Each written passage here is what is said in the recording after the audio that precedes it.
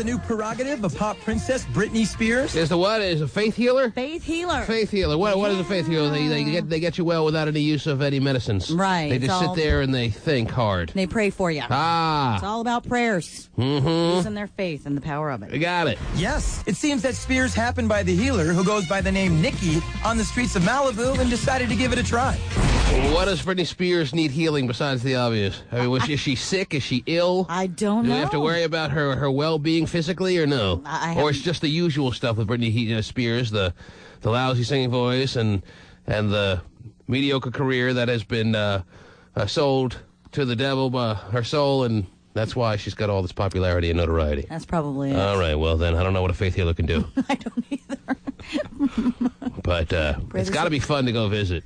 A faith healer? Yeah, sit there with your palms up. Oh. Yeah, until you get seriously ill and they say, "Oh, sorry." It's got to be one of those things. Maybe we can turn to our resident expert, Hotshot Scott, on this one. You got to go into the faith healer's little strip mall store, kind of baked or something like that, right? It doesn't hurt you. Right. I would think makes it a little fun. A little funner. I would think there's no entertainment value unless you go in that state. But speaking of which, how was your root canal yesterday? It was fantastic. And did you go to a faith healer afterwards to make the pain go away? I wish. Yeah. Because I would think that if anyone would actually get something out of root canal, it might be you, because you walk out with a bag full of Vicodin. Come on. Only 10. That's it? Actually, I've never heard them give 10.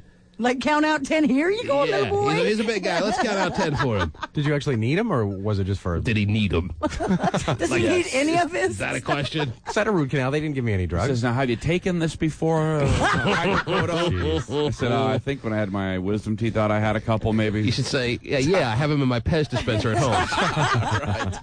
Right. Now, did they give them to you on the spot? They gave you 10 right there, or they gave you a prescription? Oh, okay. Well, then that's not a lot. That's not a lot, then. That's not a lot. And you added a 0. 100. You could just add a couple of zeros. I should have. And the pharmacist is like, wow, I've never seen a prescription this high, but okay. I'm losing a leg in a day, so I'm going to be in a lot of pain. God, all my teeth had root canals last night. So do you even bother getting a Vicodin prescription filled at this point in your life, or is it kind of like Pez that it's not doing much for you anymore? No, they're 750s. They're good. Especially when the insurance pays for it. We look at each other like we're supposed to know what 750s are. Yeah. Do you know? I don't know. I have no idea. I'm sure he's talking about milligrams, Terry. And 750 must be a nice horse dosage. Oh, okay. Yeah, insurance pays for them. I sell them to Pasty for a big markup. Great deal. Wow. See, he's dragging in poor innocent Pasty. Right. Jeez. Yeah, innocent. Pasty's dad out there going, yeah, innocent. First the doctor says, maybe some Advil and some aspirin. That'll help. He says, Advil, aspirin, that'll help the pain afterwards. Right. I'm like, really? Yeah. Well, he's like, I'll send you And so will this cotton candy I have in my right hand here, doctor.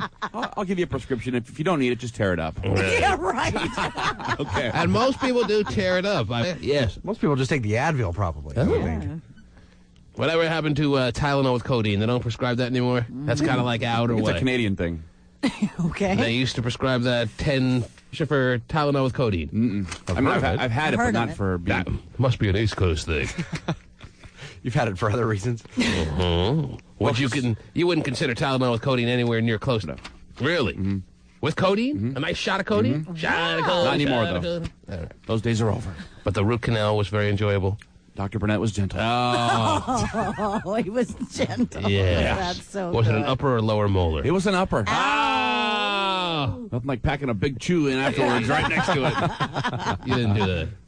Not right after. All right. Oh, about an hour. You were dipping last night? Maybe. Oh, I was asking. Dr. Bennett.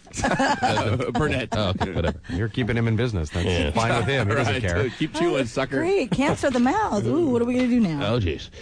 Terry, what are we going to do now? I'll tell you. What do you got there, kid? Well, it seems that Ashley Simpson has a few excuses as to why she was booed during the Orange Bowl halftime show. Right. And her sucking is not one of them. She doesn't believe she was booed because she sucked in her performance. She thinks there were other reasons as to why she was booed. Terry, so roundly she was booed. She was booed like the fans in the stands there got their Vicodin taken away, Terry. I know. She was booed in an intense fashion. Yes. And she, being the stand-up young lady that she is, doesn't believe it was because her performance was bad. Yeah. She thinks she was booed for other reasons. Yes. And she has now come out and told people what the reasons were that she was booed, that she knows about. Right. That no one else seems to be able to figure out. Correct. Mhm. Would you like to hear a few? You know, I will, Terry. I'm just picturing Hotshot all. Did they wire your mouth open? No, they didn't wire it open, but they put one of those. Big plastic things. Yes. Oh, that's the worst. And then you can't swallow, so they suck all the crap out. Yeah. And by the way, insurance doesn't cover the cost of gas. No, it doesn't. That was $40 out of the pocket. Oh, my gosh. Did they ask you if you wanted gas? No, they go, we don't normally do this, but if you want it, you can have it. And so Hotshot said, give it to me. So they asked you. No, I asked them. Oh, you requested gas. Yes. Really? You have to have the gas. It's true, though. Insurance I didn't know doesn't. you could do that. I didn't know You could request? Well, I didn't know if they didn't bring it up that you could. Really? I didn't know, like, they had it stored away somewhere, and you could say, hey, can you just open that closet over there and pull out the gas? Absolutely, you can. So every dentist's office has gas on standby? Sure. Yeah. Well, this is good to know. So next time you go in, say, give me the I gas. think I'm going to go out today and get some cavities. Okay. Just get a tank of that. You're telling me that this doctor of yours, Dr. Benson, he doesn't say a word about gas. No one brings up gas. All of a sudden, you bring up gas. Correct. How do you bring up the subject? I mean, he obviously just came right out and said, do you have gas? Correct. And he says, we normally don't do this Yeah, it was anymore. The This woman, is- yeah, she says, well, not really for this kind of procedure, but if you wanted, insurance won't cover it. You can have it. It's $40. So I've had gas, but it was I back have one. again on the East Coast with a doctor that made you take gas, or and then he Forced it down your... fondled your nipples, and And that was free, right? so I know what the gas thing is all about, and as a matter of fact, at one point I remember it got me to the point where I thought I was drifting away and dying. Yeah. But then all of a sudden, Wow, they really cranked it up for you. yeah. didn't they? As soon as the procedure was over, I was like back. I was like, whoa, that was the greatest thing in the world. Yeah, as soon as they put oxygen in, you breathe in it like... Is that what you felt? Yeah. Did you feel like you were kind of drifting Oh, away? yeah. Yesterday was the first time having gas that I felt like I wanted him to maybe stop it. Well, we want you to stop it. I mean, it was really strong. I thought I was leaving my body. Exactly. That's exactly how I felt. Like I was drifting away. Like my some part of me was coming out of my body, and I was floating around around the Pretty soon office. you see another part of you up there going, hey, how you feeling down there? I didn't know you could request this though. Yeah. What if but you don't? $40 is cheap. What if you it don't? seems cheap. What if you don't need dental work and you just go to the office and request gas? Yeah, just say you're thinking about starting your own company. You need a tank of this nitrous oxide. Your own dental. That's the thing. They had it on so strong the last time I got it. I remember, or a couple of times. The last time, one of those times that I got it, and I was thinking I should tell them to turn it off, but I was so drifted that I couldn't even do it. I was like powerless. Can't move my arm. Right. But then when it was over, I was thinking to myself, that was pretty damn cool. Right, when it's over, it's great. At the time, though, it's a little scary. At the time, I thought, okay, this is it. It's over for me. Right. Time. It's So very scary. is that the height of your high there, High Shot? They haven't used the gas in so long. They wanted to get rid of it. They use it all in Hotshot. It's like fermented now. They don't even know how to use it. They don't know what How to level. control it or anything. They don't know what level to put it on. They could have killed the guy. Let's see, normal person, Kodiak bear. Okay, that looks good. Right about there. So you enjoyed the gas? I loved it. I'd like my own tank. I bet you would. I don't Probably get know it on the internet. I don't know if you're accurate though. I don't think that every dentist in this area or in this country or whatever has gas in his office, and all you have to do is request it, and he'll give it to you. I bet they do. I bet they do. Well, that's 2 against 1. Okay, I'm good. Yeah. So I'll take a road trip today. Okay, dentist. Dr. Butthole. It's funny, sometimes they give me Valium because I actually hate the dentist. Right. And they say, You well, get stressed, huh? yeah, but if you're going to have Valium, you need a ride home. Oh, you hate the dentist? What a weird, peculiar thing. Oh, some people like it. Yes. My girlfriend loves it. I don't know. Your girlfriend loves She the dentist. does? All right, well, you should ask yourself why, and go check out her dentist and see if he's one of those younger, kind of hands-on dentists, if you will. But go ahead. Probably because she's had nothing worse than a cleaning in her life. Don't you hate those people? That doesn't hurt, I guess. Never had a cavity in their life. What's the thing about the dentist? Yes, go ahead. Also, if you have Valium, they make you have to have a ride home. Meanwhile, the gas knocks you out more than I anything. know it does. I can drive now. Okay, see ya. Yeah, let me get in my car while I'm still... Everyone in the Rose Bowl, Terry, needed gas while Ashley Simpson was singing. I know.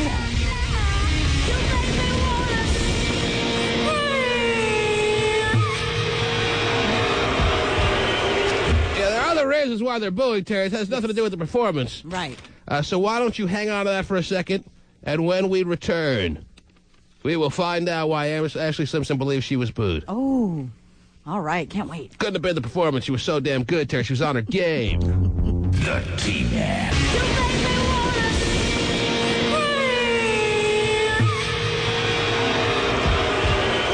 You're on the air. Hello? Hello? Yes, hi. Hi. How are you? Good, how are you? Good, what's up? Not much. What can we do for you? I just want to tell you guys that every time I go to my dentist, no matter if I'm getting a cleaning or whatever, I get nitrous. You get gassed, huh? Even just for cleaning? Even if it's just for a visit to say hello to the staff. Yeah. She gets herself gassed, Terry. And I'm not surprised. Jeez. What she doesn't realize is they have the video of her at the dentist's office hidden away with her being subjected to having a champagne bottle shoved up her butt. But that's okay. Right. Can I request that next time? Well, in a mood. So you're here to second the motion that anyone can get gassed on request.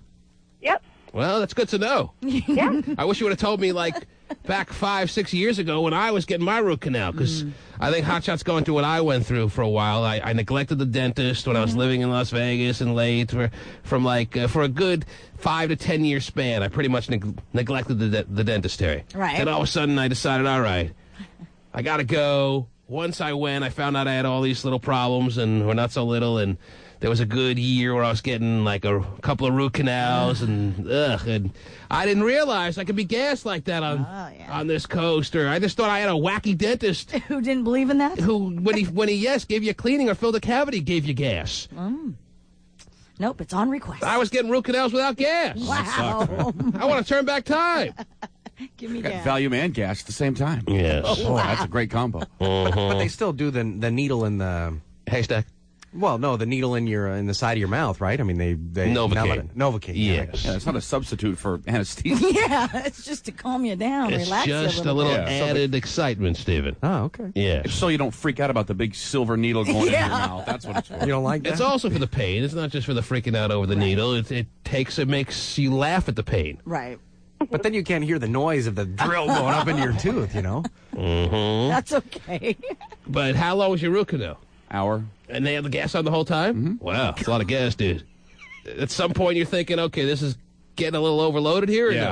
I was at that edge. I was right at the edge of where this is too much. Exactly. I remember that. I remember like feeling like I'm drifting away, and I'm noticing barely that the dentist is talking to his good-looking hygienist, and I'm thinking they're not going to realize, or at what point are they going to realize that I'm dead? That they're working on my mouth, but I've died. That's what I was actually thinking. Wow. And then 10 minutes after it's over, I was like, wow, it was really cool. But at that moment, there's a moment in there where you're thinking, okay, I could die here. Yeah. Even though it's not true, you kind of feel that way. I was freaking out, yeah. Because this is a specialist, not my normal dentist, so I'm thinking they're going to try to kill me or something. Cut my Well, you have all vocal those cord years out. of pot under your belt that you're a little bit paranoid, but that's all Paranoia right. does kick in for sure. Is the caller still there? Hello? Oh, she hung up a long time ago. I guess she didn't like our conversation. Well, Didn't want to be included. I think she thought we hung up on her. Oh. Because when you neglect the callers, they get very, very sensitive to her. Okay. Freaked out, flipped over the tray of tools when I had gas once You did? for my wisdom teeth, so I don't ever do it again. Why'd you Well, freak wisdom- out? I just, like T-Man says, I mean, you feel like you're dying, and so I just started flipping out. And I'm Oh, like, I didn't flip out. I thought, Well, okay, I if this is the took it a little time, too this is the time. But I flipped out, You yeah. try to stop the whole natural process. and my arm hit the tray, and all the tools went up in the air. And, Oh, man. God, Stephen. Everything Stephen does is just an embarrassment. Wow, they knocked me out when I had the... You can never go back to that dentist again, right? and I didn't. Okay. It's where I grew up. And you flipped over the tray of tools. I did, Did you yeah. help him pick it up or no? Well, I mean, they kind of restrained me a little bit, so I didn't do that. Easy, so- fella. They put the straitjacket on a little tighter. All right. They called some people in. You're on the air. Hello. How you doing, T? What's up, dude? Not much. I just want to tell you, those gas things? I have a friend of the family who's a dentist. They actually have those little gas parties when they have an extra tank left. No, You have nitrous oxide parties? Yeah, not me. A friend of the family who's a dentist. Of When they course have, like, not an you. extra tank left. But you know some people that have nitrous oxide parties on a nice Friday night. Yeah, I'm not even joking. No joke. But you've never been there in attendance. No, I have not. I wish I have, though. Uh-huh. Oh, you know those codeine pills? You can still get them in Canada. Well, this guy's got all the answers. Yeah, he does. He has a I friend got that gets all from the answers. Canada. What, are they under a different name now or what? They're called the ACC, also known as the 222s. All right. Well, we shouldn't be giving out this information. This is bad stuff. But you wrote it down, right? No wonder all those seniors go to Canada every weekend to get their prescription meds. No, I just know that Pasty wrote it down. As a matter of fact, he's starting up his car right now. Pasty, you have to stay for the rest of the show. You know that. Nah, I'm going to leave pretty soon, dude. Oh, Is that okay? Not feeling well. all right. Sick. Well, Terry, you talked about how Ashley Simpson has justified in her mind Yes. why the crowd booed so loudly, so boisterously, why they were so verbal in their displeasure for the halftime show that was just a couple of days after the new year. What is her reason for why they booed so immensely, Terry? What is she saying? Well, she seems to think that because maybe she was facing the Sooners side, the Oklahoma Sooner side. Their side of the field? Yeah, their side of the field, and that's where her Yes. performance took place. And because she was actually rooting for USC. Was she wearing a USC jersey on stage, Terry? No. Okay. But for some reason, everybody knew that she was rooting for USC. And they know that how? I think they said something. I know she's about a simple mind, and she knows it doesn't take much for people to read it, but I don't think everyone in the stands knew that she was a USC rooter. And they also know her favorite color and her favorite ice cream. So that's why they booed her. This is why she's decided in her mind she was booed so loudly. Not because her performance was bad. It's because she was rooting for the Trojans. And these were anti-contraception people. They don't like Trojans. So they booed. It's the rhythm method all the way. Mm-hmm. Whatever, Ashley. Okay. Everything out of her mouth is a nightmare. Be she singing it or saying it, it is a nightmare. The front page of the New York Daily News a couple of weeks ago had the headline, "Why is she a star?" I've never seen that regarding anyone. Why is she a star? Why is she a star? Everything about her is terrible. And then they suggested that her star is dimming and she will no longer be a star 2 weeks from Friday, Terry. Well, just to let you know, she is on the cover of Cosmo for February. Was that right? Yeah, but February's edition came out about 6 months ago, so that's long past now. True. She's yesterday's news, Terry. Hey, I agree. But she is clear on why they were booing. Yes. They didn't like her USC alliance. I see. That makes sense, It has doesn't it? nothing to do with this.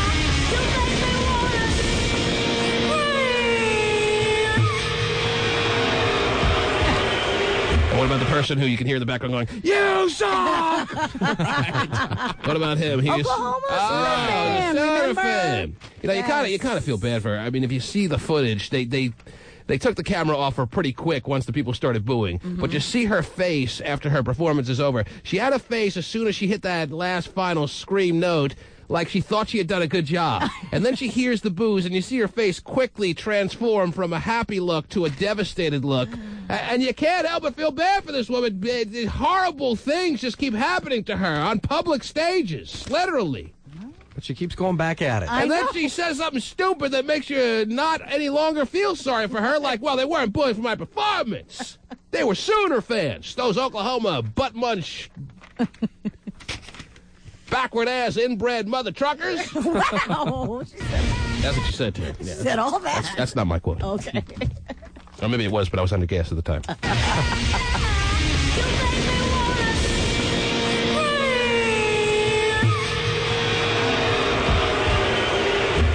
For a split second after she had said, "Scream," yeah, she had a happy face, like, I nailed it. Yeah, I did a great job. And then as quickly as that face was there, it was gone, Terry. I think she was happy because she actually sang it. Yeah. I got through a whole song yeah, That's without a not voice track. that acid reflux didn't, hinder my performance. Oh, jeez. Yes, David. wasn't a little bit of booing, though. I mean, that's everybody. That's everyone in the stadium. Yeah.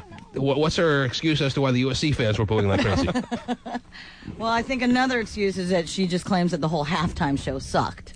Well, she was the headliner of the halftime show, wasn't she? Yes, she was. She's going to blame it on Kelly Clarkson for not being a good lead-in? Because Kelly Clarkson performed at that halftime show, too, and I don't remember her being booed. Right. Well, maybe a little bit. That's because she's good, though. But it's hard to remember her being booed after you heard the unbelievable booing that Ashley Simpson faced. Yeah. The only one booing at Kelly Clarkson was Ashley Simpson's family because they wanted to make sure Ashley sounded good. Right. Oh, it's just awful. That is. And you can't help but feel a little bad for the young lady. Okay, I'll have sex with her. Cheer her up. Okay. What else? What else is going on today? What else is happening? Don King is suing ESPN for defaming him, and he wants $2.5 billion. Yes. $1 billion? Billion, not million.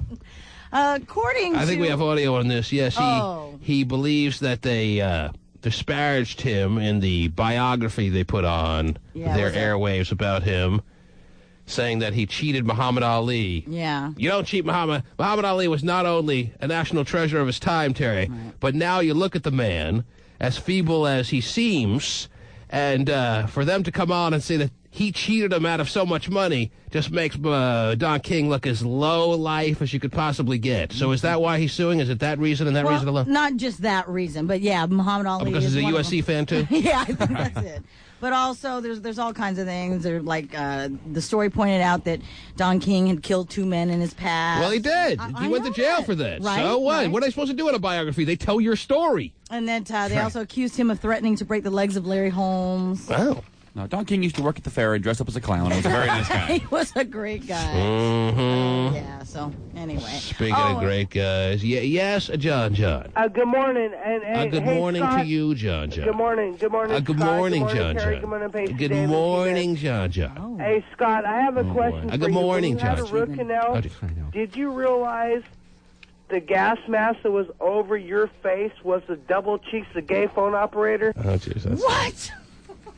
That's just stupid, John. Dead stupid Matthew Swagger. Are you at school yet? And yet he has a team of writers, Matthew, helping him out at his apartment there. Yeah, Matthew Swagger, why don't you tell me something that you didn't know yesterday? Go ahead. Oh, jeez. Something I didn't know yesterday? How stupid you can be. Oh, well, I may be know that stupid, yesterday. but you may not be smarter than I am. Oh, jeez.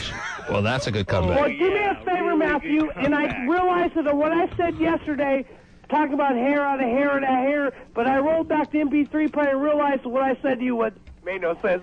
But I'm saying this morning, I was trying to tell you yesterday, you got more, because you don't take a shower, you don't wash your hair, every day. you talk to that girl wherever the hell you talk to her at, Yeah. you don't wash your hair. Terry, when is ESPN going to do a biography on these two stars? I don't know. I think it's in the works The now. freaking gay phone operator's got to be there! Okay, why don't you two just go on a date this weekend, which you know is inevitable, and see where that leads? I don't think so. Okay. Question number 1. So, in other words, John, after your on-air visit with us yesterday morning, you go back later in the day, in the afternoon, and you listen to the tapes of how you did, and you grade yourself? I rolled back the CD last night, and I realized that That you had made an error on the air. when I was on the air yesterday morning, and I realized what I was listening to myself goes over the air talking to Matthew Swagger. It made no sense. Well, now I understand what I said. So yesterday was the day when you listened back to your performance that you realized you made no sense. Right. All the other times you've been on, to you made perfect sense.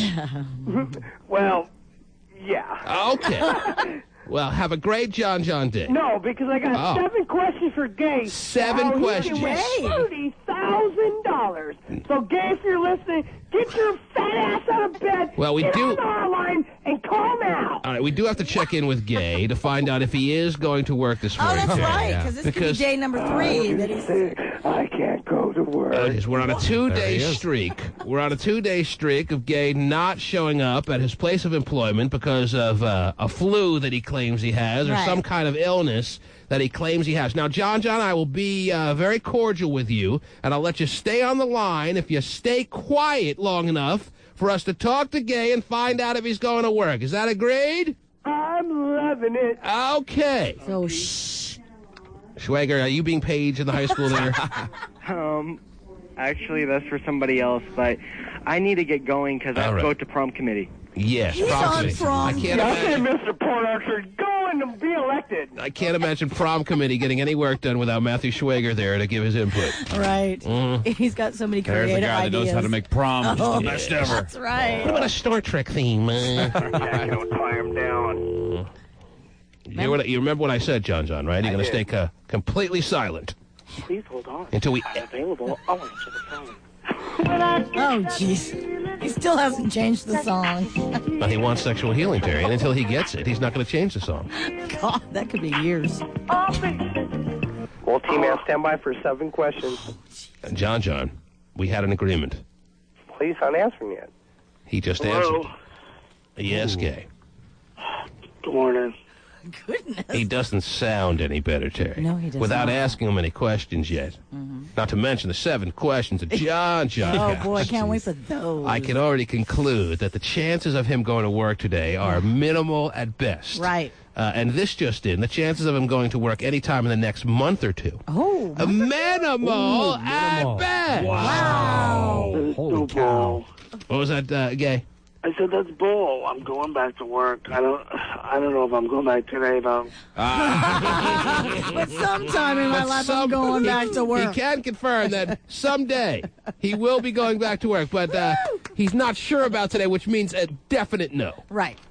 He's out. I still don't feel good. What am I supposed to do? What hurts? Oh, jeez. Oh, whoa, what a question. Well, what's bothering you specifically, Gay? After 3 days, usually 2 days is enough to get a flu out of your system or any kind of sickness you have. 48 hours, gone. What's the problem? You don't want to go to work. Just be honest. Admit it. You're sick of it. Yeah, but I still have obligations. I have to go to work. Right, but you're not living up. No, you don't have to go to work because you're finding a way not to go to work right now. You're faking being sick like everyone did back in 8th grade. I'm not thinking being sick. Most people, though, too, when they're sick like you claim, they, like, load up on NyQuil and Theraflu and stuff so they can knock it out of their system. Have you been doing that? No, because I haven't had any money to buy that stuff. Mm-hmm. Oh. That's why he's still sick. Oh, okay. So poor after all these months of working that he doesn't even have enough to buy a bottle of NyQuil. Whatever, Gay, man. You're more lame than I was when I was trying to convince my mom I was sick. You know what? You can call me lame or not, whatever. I've got obligations. I'm paying my bills. I don't have extra money to buy that other stuff. I'm sorry. How much is a bottle of NyQuil? $5.99? Jeez, maybe. Yeah? Right around there. I don't have $1.99 in my bank account, okay? If you're as sick as you claim you are, you would spend $6 on NyQuil to get better. If I don't have it to spend, I can't spend it. And yet you're at the drive-thru of Arby's every day. No, I'm not. I haven't left my house. They're wondering what the hell happened to you over the past 2 days. Yeah, they're this close to filing Chapter 11. But you know what? I guarantee you he probably made it there, even though he's so sick over the past couple of days. Well, I haven't left my house in 3 days. Mm-hmm. So you're not going to work today? No. I don't know yet. You don't know yet? Well, it's what? It's a half hour from your time to get up and get going and leave. I know. So when does the decision get made? When it gets made. Well, do you need some time, Gay? I have a strange feeling at 7:15 he's not going to say, boy, I feel okay. I'm in. I'm going. Yeah, he definitely does not need the time to make the decision. No, that was made last night.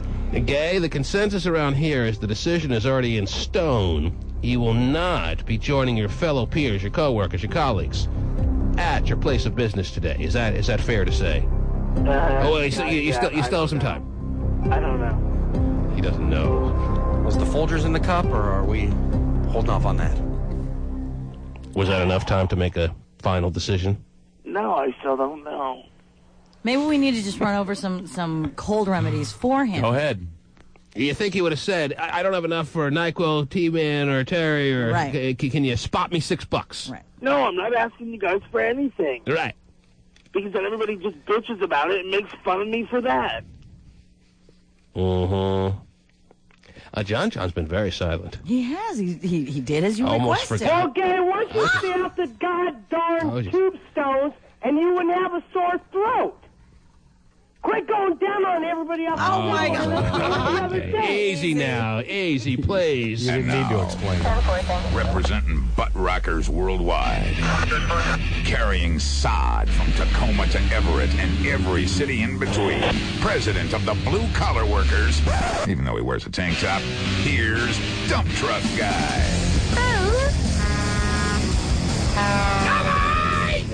Give me a freaking break. Oh, jeez. What kind of crap is that? You got this high-tech, stupid phone song crap. Take that crap off your goddamn cell phone and make it buy some freaking NyQuil. What the hell? A fair point, Gay. You get this specialized little service on your cell phone so you can play sexual healing to everyone who wants to hear it. When people call your phone, but you're going to try to convince us you don't have enough money for NyQuil? Hey, you know what? Don't be stupid. That's billed on a monthly basis. I haven't even paid for that yet. I'm going to work, Skinny. Okay. Oh, wow. I'm going to have a job in a week. Whatever, redneck. Go drive your little dump truck, okay? It's not little. He told him to go drive his little dump truck, Terry. Dumpy, are you going to take his advice and go drive your little dump truck? Dumpy? Bucksy, what's he going to make? Nothing? Oh, I'm sorry. I can't imagine what that apartment smells like if you haven't left it in 3 days. Oh, my God. God damn. Gay? Any response to that? No. Oh, Gay, you can't say the F word. Come on. God. You know better after all these years than to say the F word. What, is Dumpy getting the best of you this morning? Look, he doesn't feel good, okay? I don't feel good either, but I gotta go to freaking work. Who feels good, Terry? Show me the person that feels good. I got $1.99 in my checking account. Why ask me? Wow. I'm sorry, I don't have a wife to go out hooking for me to make She don't go nowhere, Skinny. You just jealous you ain't got nobody. Christmas in San Diego, baby. Oh. Now we're really getting personal. The wife's a hooker. Oh, man. Your boyfriend abandoned you. Right. Gay. He said the magic word.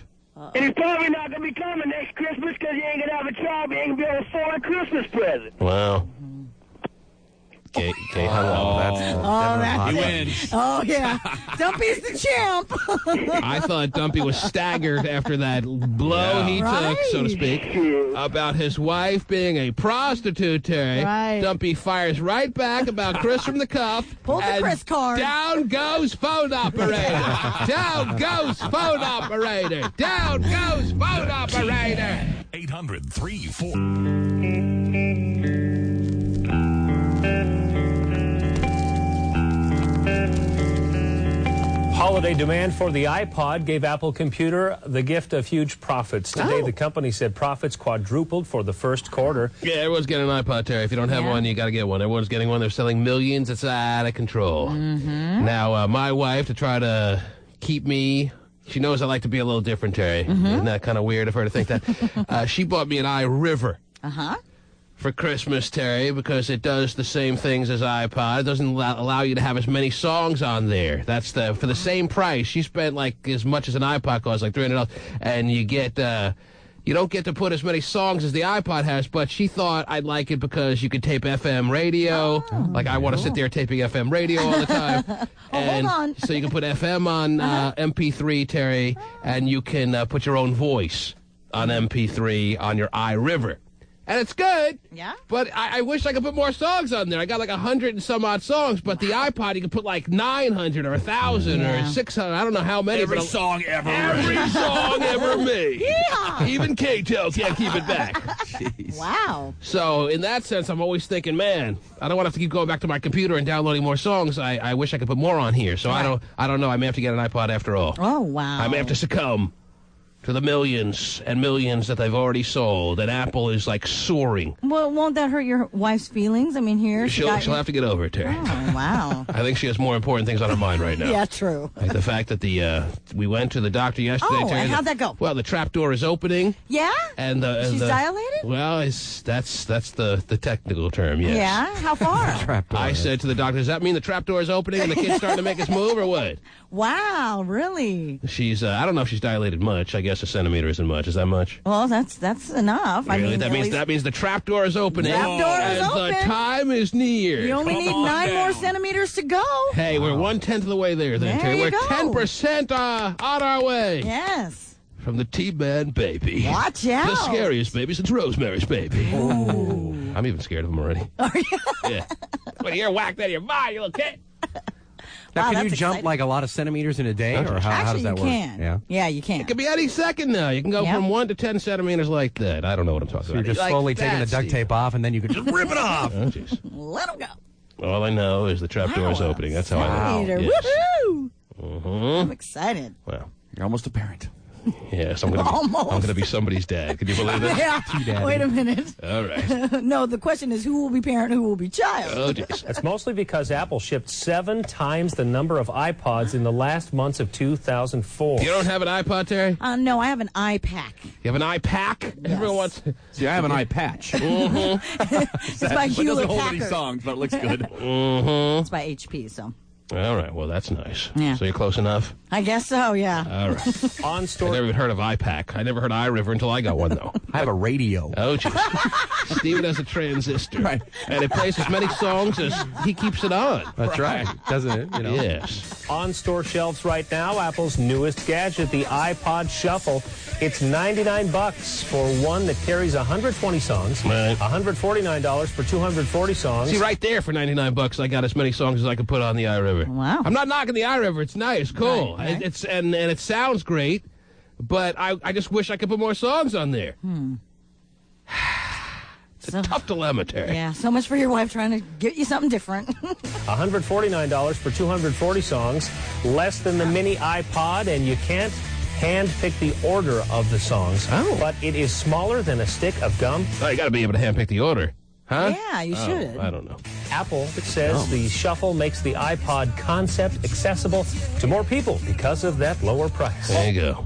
All right. So, you can have a mini iPod or a mini iPod or a mini me. Right. Oh, speaking of Mini-Me, I have a story about him. Yes, he's all over it now, Terry, because of this Surreal Life. Yeah. I didn't see... How many episodes have been on now? 1. I know you probably have seen it, right? I love it. Yes, you watched the first go-around. I did. I watched like the first 3 episodes. The Yes. first 3 series. There's been 3 now? Yeah. Really? This is the third? Now it's on VH1, right? Yes. It was on WB. So it moved from the WB to VH1, and now, but believe it or not, because it's on VH1, it seems more accessible to me. I don't know why. You don't have Because WB? I have WB, but I just never stop there. I will stop on VH1 to watch I Love the 90s or I Love the 80s or something like that. Right. So I'm more familiar with watching VH1 every once in a while at least. So maybe I'm going to have to flip on the Surreal Life because what I'm hearing is that Mini-Me is just like blowing it off. Yeah. He is just blowing it out the door, Terry. He is like taking the show and making the buzz on this show more than they could ever imagine. I don't know why they would have not thought that Mini-Me could do this, because Mini-Me is just so fascinating in every capacity, right. but even more than they could have imagined. Am I right or right? Yeah, it's awesome. I mean, the very last scene was him sitting on a tricycle peeing buck naked in the corner of the room. And he didn't even know he was probably peeing, right? No, he was wasted. Okay. Wait, he was on a tricycle? There's nothing funnier than Peter Brady coming out to control the situation. So Peter Brady's like the dad of the show. Yeah. Because believe it or not, even though it's hard to figure Peter Brady, the middle child on the Brady Bunch, Terry, being the oldest person on the show, he has to be the oldest cast member they have, right? Yes, he is. So he becomes like the father figure of all these people on the show. And they have China on this time, right? Correct, Is yes. she doing anything interesting or no? No. I could see her being boring. She goes out of her way to not be boring. Just wears a bikini the whole time and gets wasted and stole Vern's room. And wow. they made a room for him with little tiny closets, and so she takes it. So you call him Vern now? Well, that's what they You call him. and Vern are on. They don't call him Mini-Me? They're not allowed or what? No, they don't. I don't know. They want to treat him as an equal. Sure. And he got wasted on the first show. Completely hammered, yeah. Well, the show's only a half hour, right? Yeah, the first one was an hour, but now it's a half hour. Yeah. And I've only missed one episode. Correct. So I can catch up on that quick and now join in on the Fun and Frolics of Surreal Life Part 4. Yes. Wow. I may have to do this. Okay. But they always rerun it. It's probably playing today at some point. Oh, I know. Well, hey, it's... You can get caught up easy. Yes, it's VH1. They run it not only every day, 10 times a day. No, it's very interesting. All right.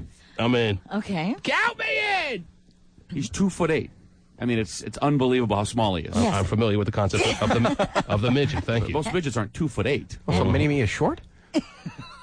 Donnie's like 3'10" or something. 310. Whoa. Donnie is not 3'10". Or maybe he is. I don't know. But Mini-Me... So Donnie is twice the size of Mini-Me is basically what you're saying. Correct. Wow. Well, and Mini-Me was married, and this is the story I was trying to get to, is that Mini-Me was married to a 6'2" woman. Yeah, we talked about that just about a year or so ago. Well, now they finally have come to an agreement to end their marriage. It's over. It's done. He's And too big a star for her big ass now. Pretty much. She's totally heartbroken because she was like, everybody thinks I was in it for the money, but I wasn't. And I was in love with that little fella. I used to put him in my shirt pocket and take him to the store. Yes. And I miss that guy. Mm-hmm. And in fact, she says, quote, I'm in L.A. If I was in it for the money, there are multimillionaire men looking for a trophy wife. So she is a trophy wife for normally grown-sized men. And she chose She's claiming Mini-Me. she was choosing Mini-Me because she was in love with Mini-Me. And now that she's no longer with Mini-Me, she's heartbroken without Mini-Me. Right. And she's also claiming that it is because of Surreal Life that their marriage did not last, because the producers of Surreal Life wanted to, like, make Mini-Me into the player. They wanted him to be the little player who has no ties to anyone on a significant basis. Right. Mini-Me agreed with this, said, hey, I'm going to do this right, and that means I have to drop the dead weight that is my wife. Pretty much.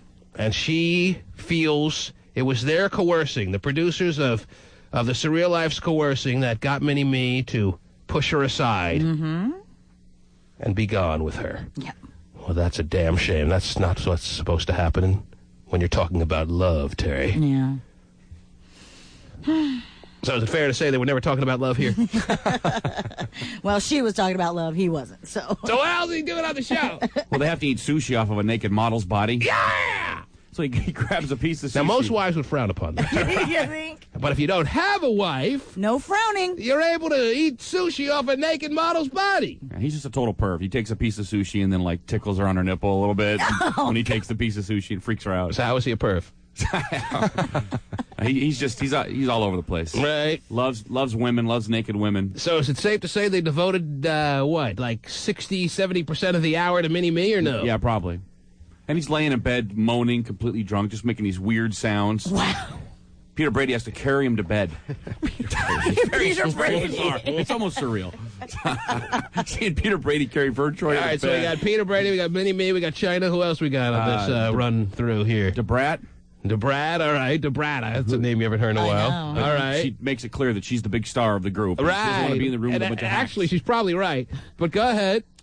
Jane Wiedlin from the Go-Go's. Oh, my gosh. Little short-haired girl. She got the beat. She does have the beat. Okay. Just wanted to have that confirmed. All right. Anyone else? Marcus Schenkenberg. He's a famous model. Of course he is. Calvin, he was the guy that started the Calvin Klein ads. I don't know. Wow. The great Schenkenberg. Well, he dated Pam Anderson. You may recognize refer to him. Okay. Yeah. He's the one that Scott Baio had a fight. Wow. Oh, you said Jennifer Aniston? No, Pamela Anderson. Yeah, Pamela Anderson. Yeah. Same thing. They were all fighting for both. Anyhow. Well, Jennifer Aniston will be on the show in about a year, probably. Sounds like a pretty big drop-off after China, Peter Brady, and Mini-Me to me. Yeah, it's a pretty big drop. It's pretty standard, though. You get about 3 or 4 real recognizable names and then some hacks. No love connections between anybody? All right, what night is it on? What night's the new episode for Sunday. the week? So there's not going to be another episode of Sunday? Correct. So the first episode was just this past Sunday? Yes. And everyone, how come I'm hearing so much about it already? Everyone's talking about it already. It's awesome. It's a great show. I watch it every year. I'm the only one in America that watches it. It's very good. And so far, which was your favorite cast amongst the 3 they've done so far? I like the one last year with Flava Flav and Brigitte Nielsen. Don't they have a spin-off show because of it or something? Yes, they have their own show now. Yes. Called Strange Love, which is also good. Oh, you watched that too? Yes. I don't know how you have all this time to watch TV, dude. Okay. I spend so much time on the internet that I just don't have time to watch all this TV. I watch 2 shows, Surreal Life and Strange Love. That's it. Come on. We were talking about scare tactics after the show yesterday. You catch watched that sometimes, but I don't TiVo it. I TiVo this. South Park. We watched that. They don't have any new ones You watched anymore. The Bachelorette, too. They had a new one the other night. Not last night. Or a few weeks ago. Yeah. Or last year. I can't remember. It's all blending in. You should watch it Sunday nights at like 9. The trapdoor's opening, Terry. Yes, it is. Talk about a surreal life. I know. I could get a call any second now. Get me out of here. Wow. Watch out for water when it breaks. Honey, I can't have a baby right now. I'm talking to John. Call back. Maybe you'll win some tickets or something. Right. Well, oh, my goodness. Speaking of a dysfunctional family, Terry, isn't it time now to play that dollar bill game? That dollar bill game. It is. Isn't it time to give out a chance for somebody to win a brand spanking new car, and it doesn't end there? How about somebody winning $93,000? Wow. See, you want to give people a prize that could, in a nice sense, change their life to some degree. Right. Doesn't a new car at $93,000 change your life to some degree? To some degree, I mean, it yes. doesn't alter your life completely. No, but it affects your life in a nice, significant way. Right. It's not like $100 in a movie pass. I mean, that's nice. No one's knocking that. Right. But it's not a life-changing experience. Right. Here's a chance for a life-changing experience. That's what we're talking about here. Talk about a surreal life. We know you've all been collecting your dollar bills with 93 in the serial number. We have to now add numbers to that equation to get today's winner. That's always a process. What number seems significant for the morning? What did we go with yesterday? 0, 0. Why did I go with the... for the accumulation of snow. I remember now. What's my name? It's David. Yeah. I know you have some significant numbers, or we could go with 2'8" is Mini-Me, you said? Yes. We can go with 2'8", Terry. Oh, there you go. In honor of this megastar that has surfaced bigger than ever before. Yeah. 0-1. 0-1, why is that? For the 1 centimeter. Okay, no. Anyhow, let's go with 2'8" in honor of Mini-Me being the mega superstar on The Surreal Life, which I'm going to start watching now. You need to. All right? It's funny, he comes wheeling in on his card. He's got more. I know, well, he's totally into it. He just remembered something. Yeah. Well, he's like a little hack, but yet he thinks he's like the biggest star. He's got sunglasses on and the barbed wire tattoo, and he comes in like he owns the place. Gets on the phone with his agent. That's my room. I need that room. So it's very fun to watch. Everybody in there thinks they're so cool. All right. Now I'm going to be completely entertained if I watch. No, but you'll be moderately entertained. I got to be more than moderately entertained if I'm watching this. If I'm giving up an hour of my life, okay, give where it I a could shot. be sitting in front of the computer screen looking at porn. Well, it's only a half hour now that they've gotten into the real stuff. I know, but I have to watch the first hour in order to follow what's going on in the second, third, and fourth installment. It's really going to throw you off. You'll love the first hour. It's very interesting. So you just said he'd be moderately I'll be more than moderately entertained when I watch the first hour. Yes. All right. Now, the rest of the season, I can't talk about that. I don't know. Are they showing the first hour again today? Sorry, what? Oh, never mind. What do you know, well? We don't let the trapdoor open for pasty anymore. Come on now. You watched the show, too? I did. Okay. How'd that go for you? Very good. I liked it. Mm-hmm. How's that? I liked it better before. Oh, boy. God. Breaking things in there, Terry. Smoker's breath. It just killed the mic. Yes. It just wilted. All the metal just... Ladies and gentlemen, you need a 93 in your serial number. You need a 2 and an 8. Now, the 2 and the 8 have to be consecutive? Does it have to be 2 followed by the 8 or yes, what? Yes, I think so. Okay, so you need a 93, and then somewhere else you need 28 in your serial number. Woohoo. Oh, yes. That was worth a half-hearted hoo-hoo. Yoo-hoo, whatever it is, yes. The T-Man. 11-2, baby. 11 pounds, 2 ounces. See if you can beat it. How the hell? Oh, we're back. Yeah. Right through the vagina, too.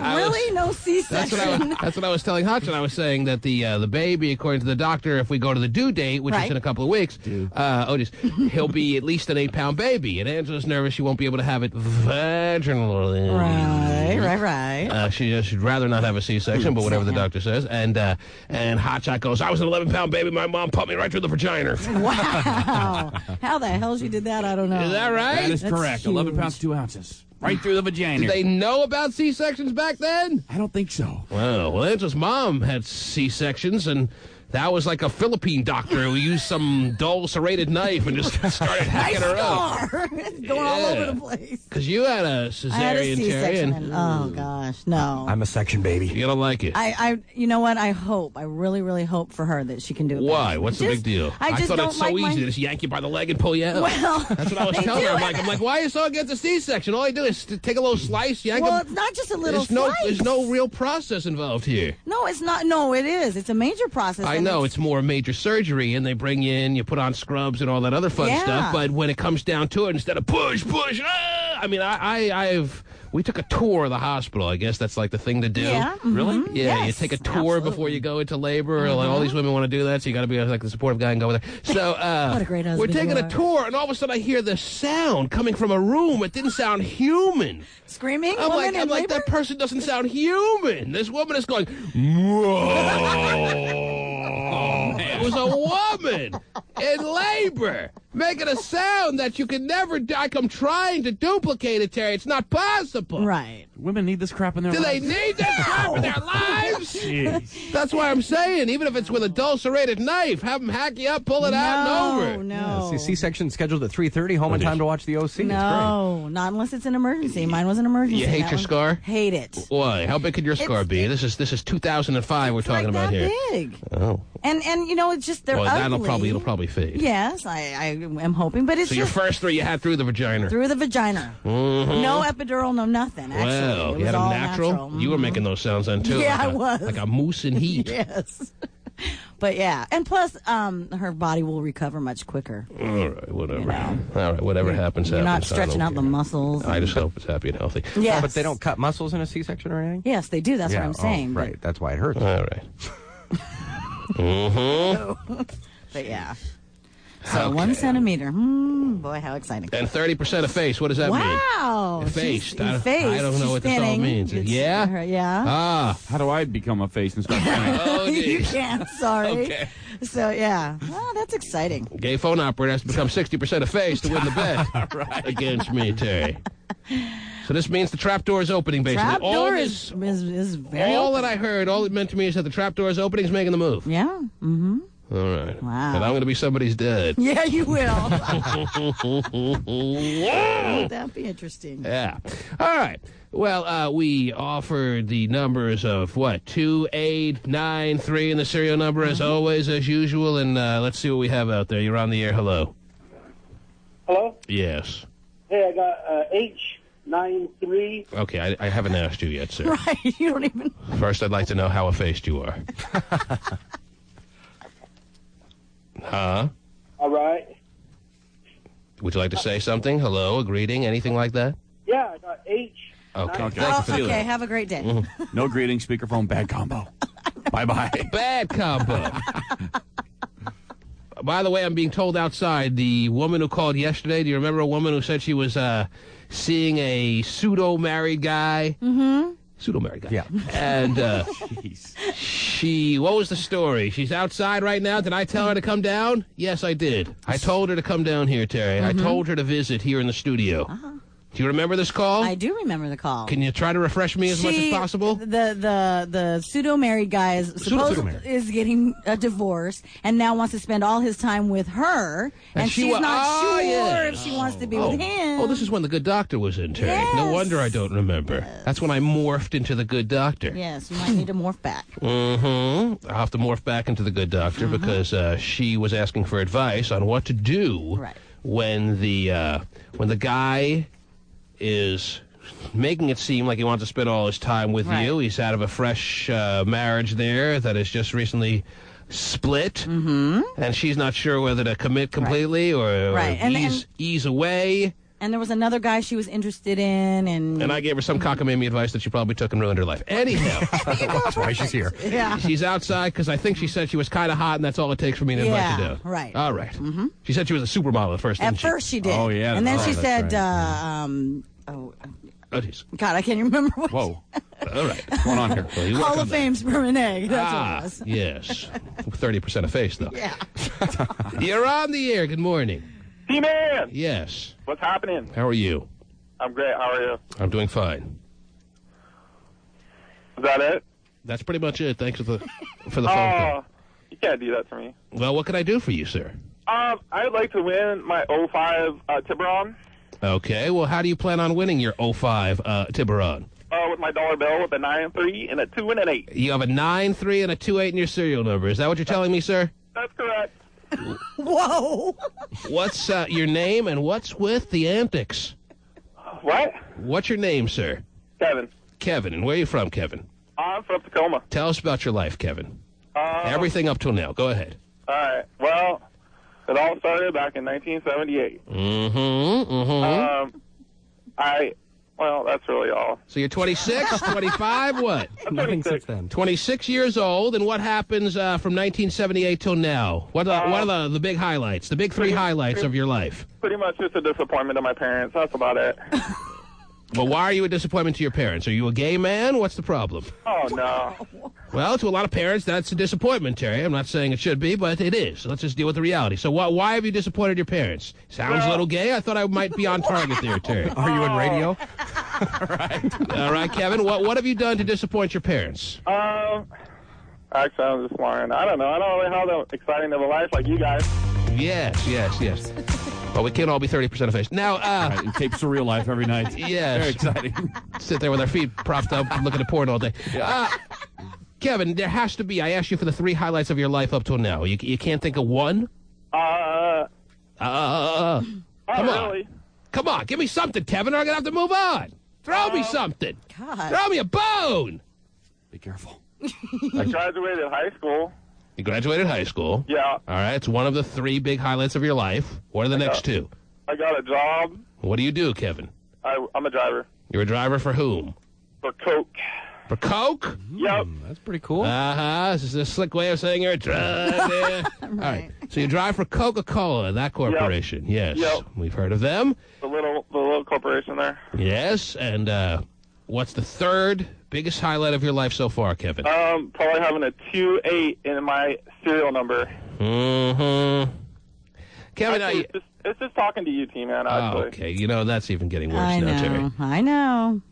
Are you involved in any way on a social level, Kevin, with any woman or any significant other or what? I actually just got married in the summer. And that's not one of the 3 highlights. Oh, my gosh. I'm sure your wife is loving you. Oh, jeez. And, Kevin, how has the marriage been so far? It's great. Is it like maybe a top 10 highlight? Maybe top 10, probably. How long have you known this woman, Kevin? I've actually known her for 6 years now. All right, and you got married last summer, and what prompted the marriage after knowing her 6 years? You just felt like this was the one, or was there something else? This was definitely the one. Okay, this was the one, and it took you 4 or 5 some odd years to realize that. You got married, and you still feel as strongly about that as ever before. Of course. Okay. Well, don't say of course, Kevin, when we still are fresh on the memory of you not putting her in your top 3 highlights of your life. Well, it was top 5 now, maybe. Mm-hmm. Kevin, are you just some big jokester or what? No, definitely not. All right. Kevin, ladies and gentlemen. Terry's giving you the heave-ho side, Kevin. Whoa. Thanks, Terry. And why should she be doing that? Why doesn't she like you, Kevin? What about you is so unlikable that Terry's giving you the heave-ho side? She wants me to disconnect you and pretend like I decided to do it. I'm a likable guy. Oh, jeez. Yeah? I wouldn't put it past Terry to try and sneak something through like that. Have you been faithful to this woman of yours for 6 years, Kevin, or no? Of course. Of course. All right. Is that because you just haven't had any opportunities to cheat, or you have and you keep shunning them, shooing them all away? No, it's difficult sometimes, but... Mm-hmm. You know.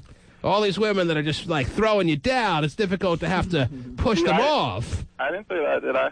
All right. But basically, you're saying it's difficult, so you're giving us the impression that it becomes tiring and exhausting to have to keep turning these women down. That's right. You're killing me. I'm just asking you, Kevin. We're just trying to get to know you a little bit. Trying to figure you out a little bit, Kevin. Trying to understand the man within the man within the man. But when he has no understanding of the man within the man within the man, Terry, how are we supposed to have an understanding? I don't think Kevin knows who he is. True. I don't think he knows what he wants. But he wants to win the dollar bill game. As simple as that. Yeah. So he's made up a life. He's not married, Terry. Right. He saw a Coke truck drive by about 10 minutes ago. Yeah, he did. He didn't graduate high school. Kevin, are all these things you told us truths about yourself or no? Most definitely. Do you have any kids, Kevin? I do not. Are you going to have kids or no? Yeah. Probably in about a year or so here. Your wife is happy as you? Of course. Why wouldn't she be? I understand your point. You're good to her? You talk? You have like that conversation thing going? Certainly. That's the word. Yeah, that's the word? Yeah. Can't you tell I talk a lot? You have that conversation thing going with your wife, right? Yeah, just like I do with you right now. Yeah, right. Oh, and boy. Must be happy married. Yeah. You make love to this woman? Of course. How regularly, Kevin? What's that? When was the last time that you had sex with your wife? It was actually 2 nights ago. 2 nights ago. And how was that for you, Kevin? It was great. All right. What was the sex like that night? Short and sweet. Mm-hmm. She has no other choice, does she, Kevin? That's right. Can you give us a little more detail? Because we are genuinely interested, believe it or not. You are? Yes. Short and sweet. Give us more of what happened on that very romantic evening 2 nights ago. Well, we had romantic night. Oh, jeez. All and right. Had a nice little dinner. So it's a Tuesday night, right or wrong? Yeah. Okay, Tuesday night, and you're out to dinner. No, we had dinner at home. Dinner at home. Yep. All right. What's being served, and who's serving it? It was spaghetti, and my wife made it for me. The one time Stephen breaks down emotionally is when he hears spaghetti. It's just like Lady and the Tramp. Oh, spaghetti. Oh, tell me. Okay, so you have spaghetti and what now? And we ate dinner, watched a little movie. What'd you watch, Kevin? A little movie called Napoleon Dynamite. Mm-hmm. Romantic movie, you know? Yes. One of my favorites, Kevin. Love it. Yes. We seen it 3 times already. Wow. Send it to the bedroom. Whatever I feel like doing. Gosh. Then you send it to the bedroom. Napoleon gets you all worked up, so you go to the bedroom after hearing about that delicious bass, and you bring it to your wife. You give her the ruckus like you never had before. Is that right or wrong? That's right. Short but sweet, but she knew you were there. What doesn't add up about Kevin's life? All of it? What just doesn't seem to make sense, Terry? It's out there. We all feel it. Right. I can't say I put my finger on it, Terry. Mm-hmm. But something's not adding up about Kevin's life. Like everything he's saying could happen, you just don't think it did. Right. Everything is more than feasible, Terry. Right. There's just something that doesn't work with Kevin's life. I'm still trying to figure that out, too. Kevin, you have a $1 bill with a serial number that reads how? It reads L234-79328D. Sounds like a winner to me, Terry. Yes, it does. I'm not talking about Kevin. I'm talking about his dollar. Yeah. And, Kevin, it sounds like you have a winning dollar there, Kevin. I do. Do you know what this means? I'm going to win me a 05. This means that fate could be starting to chug your way, Kevin. You know what? Chug your way. You know what that looks like when fate chugs your way? What does it look like? It's happened once when your wife made herself known to you in your world, and it could be happening again now, Kevin. Fate could be chugging your way. A new Hyundai and $93,000 could be on its way, Kevin. I know you're speechless. Wow. I don't even know what to say. How does that make you feel, Kevin? It makes me feel great. A little emotion. Nice. I know. Hang on the line, Kevin. All right. You're a winner. You're a winner in more ways than I can talk about. You know it. Okay. Wow. Boy. It's Kevin, ladies and gentlemen. He's a fireball. He is a winner/fireball. Congratulations to him Yeah, definitely. on winning in today's installment of your dollar bill game. Now, do I even have to bother to call back gay phone operator to find out if he has made the decision to go to work this morning, Terry? Is there any possibility he's going to pick up the phone and say, yeah, actually, I'm starting to feel a little better and I'm on my way? No. Or after the call we made to him earlier saying that he thought he was going to miss his 3rd consecutive day of work, but he wasn't completely committed to it. Was there any doubt in anyone's mind that he's in for the day? Do I even bother making the call, Terry? Take your call. Only because I'm dying to hear sexual healing. Talk me into it. It's crazy. The new year, he's used all his sick days already. I know. Right. If I'm available, I'll answer the phone. Oh, jeez. He will not answer. You never know what to root for here. Is he available? Is he not?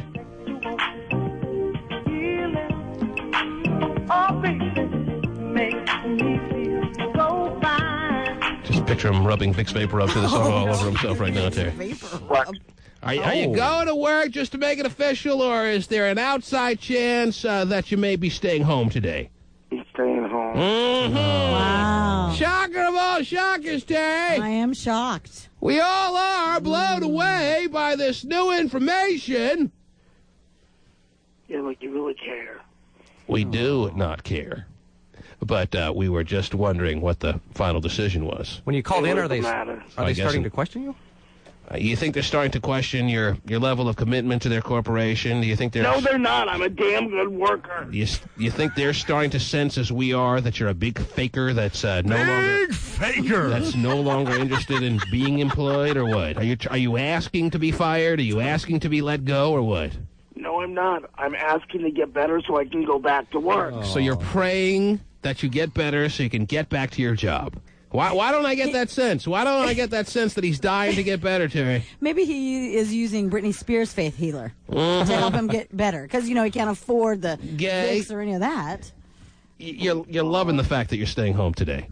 You don't want to go to work. You're sick of work. You're about as sick as everyone else out there that goes to work. We know we don't often feel 100% when we get up to attack the day, Gay. Oh, jeez.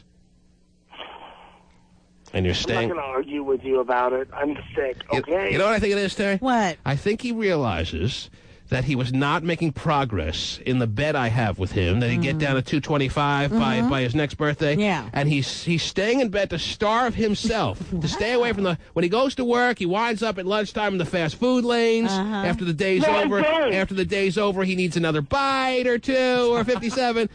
Yeah. And this way, he stays in bed and he doesn't eat. Right. And he's I going haven't to had any lose... money to go get fast food, so that's not happening. Why are you crying poverty all of a sudden? You've been working for 8 straight months. Didn't you make that clear the other day? Yeah, but I still have bills to pay. I have a new car payment that's taking all my money. I'm not complaining about it. I'm just saying that's what's happening. I think you're starting to get in that mode of I have no money because you sense that your work time is over. I think you sense that your employment run has come to an end. Fine. And you're waiting for that phone call, and you'll complain when it happens from your employer saying, well, we need someone we can rely on a little bit more. And you'll blame it on everyone but yourself. You're not sick, Kay. Fine. Not any more than usual. Fine. Get yourself up and go to work. I'll be all, everything. Fine. That's right. Get yourself up. The burning bush has spoken. And go to work. With the shove burning the burning bush, okay? Wow. Gay. Right up your judgmental ass. Oh, jeez. Now you. You still have time. Have you seen me naked? You still have time, Gay, to get yourself your fresh, showerly self and put on some gay phone operator clothes and get yourself to work. You'd be a little bit late, but you'd still be doing the company better than staying home another day and they're not being able to utilize your services. If I go in, I'll come home early. I'm not going to go in sick. Well, at least you just have like one more day. If you call in sick tomorrow, then hey, you have the rest of the weekend to really recover. Yeah, that's good. The odds are already out 2-1 tomorrow, and whenever he goes to work. The odds are out that it's 2-1 that he has this job of his any more than 2 more weeks. Okay. That's a futures bet, huh? Wow. Gay, you're so predictable now, it's ridiculous. If you've been sick all week, you can't go back on Friday. No. Yeah, you can't just show up on Friday and pop in for one day. Right. I mean, you're out for the week now, right? No, I went in on Monday. Right, but you've been out 3 straight days now. You can't just pop in on Friday. If I feel good enough, I will go back tomorrow. All right, I forget that's how it works. Yeah, but you said that this morning, too. Yeah, I did, but I'm still sick. Well, what's the one thing that's bothering you the most? My head hurts. I feel like throwing up all the time. Do you have chills and stuff like that? But you're not throwing up. I'm gonna throw up if you continue with this. All right. Well, enjoy your 3rd sick day in a row. You've completed the trifecta. Well done. Fine. All right, Gay. Yeah, bye. Take care. This gay phone operator, Terry, he's under the weather. Yeah. That's right. He's got a job with benefits and still refuses to go to the doctor. No thanks. Or buy a bottle of NyQuil. The T-Man. Hi. Now, Yeah? I love, Terry, when I kind of half-heartedly tell a caller to come on down to the studio. I'm not sure if I'm serious or not, and then they just show up. Okay. Yes, because I'm being told that the woman who called yesterday, we talked about this in the last segment, Dion, I guess she went by Dion. I don't know if that's her real name. I'm assuming it's not. Right. She is here hanging out, although she's claiming she has to go to work any second. Okay. But Pasty, in his persuasive way, kept her around so we can meet her, greet her, talk to her, hang out for a couple of seconds. seconds. You want to bring her in, Pastela? All right, there he is. Yes. Pacey's going to go get her. We'll meet Dion, see what's going on there. Now, I remember yesterday that I said she'd be lucky if she cracked $50 after she claimed she was a Hall of Fame sperm and egg. And I can tell you right now, as she walks through the door, Terry, I must admit that I have to correct myself. This woman is a hell of a lot closer to a Hall of Fame sperm and egg than my judgment of $50. Yes. Good morning, Dion. How are you? Good. How are you? You still going by Dion? Yes. Hall of Fame sperm. Pretty close, Terry. Pretty close. There's a hot woman sitting here. Yes. Thank you. Who said she owned her own business. Yeah. Well, I'm buying whatever it is. Oh, dude. She was a real estate investor, right? Yes. Let me see if I understand and recall your call as much as possible. Sex of a glass, what? You said yesterday that you were involved. You called during the relationship portion of the program when the good doctor was in because you needed a little bit of advice. Now, did the good doctor, before we get into the details of your call, did you leave that phone call and have you spent the last 24 hours recognizing that the good doctor has not only affected your life, but altered it in a positive way? Do you feel that way, or I would like your honesty. Do you not feel that at all? Of course. You just kind of reiterated what I was saying, and I totally agree with you. Sometimes you need to hear from another person outside of your own self that is the way it is. So I told you what you already knew, and sometimes that's what the good doctor's all about, Terry. Right. The good doctor just bangs it into your head exactly what you knew already. Of course. Give him the sugar pills and say, move on. Take this placebo and call me in the morning. Yes. Now, you do what? What kind of business are you in? Real estate. What? Oh, and I'm buying. Yes. Okay. Sorry. You gotta wait in line. Wait in line. But All right. Real estate. Okay. Well, hey, the profit margins are. Yeah. I would like to see if I remember correctly. You were seeing a guy who was fresh out of a marriage. Is that right? That is correct. Well, let me tell you this. After your call, I don't know if you were in your big office or whatever you do after you get to work, if you were in your big little setup there. I don't know if you heard, there was a woman who called in who claimed that she might have, or she seemed like she recognized your voice, and it was not as you claim. She thinks that you may be the woman who stole her husband away from her, who ripped the carpet of life right out from under her feet. And this man that you claim is a man who is newly divorced or about to get divorced or is on the verge of a divorce is in fact very much married. Whoa, dirty. And in what she thought was a happy home, but she does know about you. Does this sound like this woman may have found the right woman? Is that who you are? No. No. She is wrong. Very she wrong. She has the wrong one. She has the wrong person. Of course. She heard a woman on the phone. She misjudged her voice. And the person she's looking for is somebody else. She does not know my voice, so. Okay, and because the guy you're with is divorced or is getting divorced or what? Is. He is divorced. Oh. The ink is dry. The ink is dry. Document yes. is framed and on the wall. Yep. Okay. Well, then I want to make sure. I want to make sure she knows, as she continues to sharpen her Ginsu knives, that she had the wrong woman. Does he live with her? Does he live with his wife, his ex-wife? Does who live with his ex-wife? The guy. What guy? Her guy? Yeah. Does your guy live with his... No. He doesn't live with her anymore. No. He has his own house. And as a matter of fact, he told us yesterday he wants to move you in. Yeah. Yes. He's asked you to move in. Yes. And you have decided, based on our phone call yesterday and based on what you knew already, that this may not be the right move. Right. Okay, well, let me just ask you this then. Would you be the type, even though she had the wrong woman, would you be the type of woman, if there was this great, hot-ass, nice, whatever guy that you're into, who was married, who was making strong moves at you, would you be the type to be the wrecking ball woman and wreck his home if he was the one who was instigating his moves on you? No. Wreck my home, what? No. You wouldn't be that type.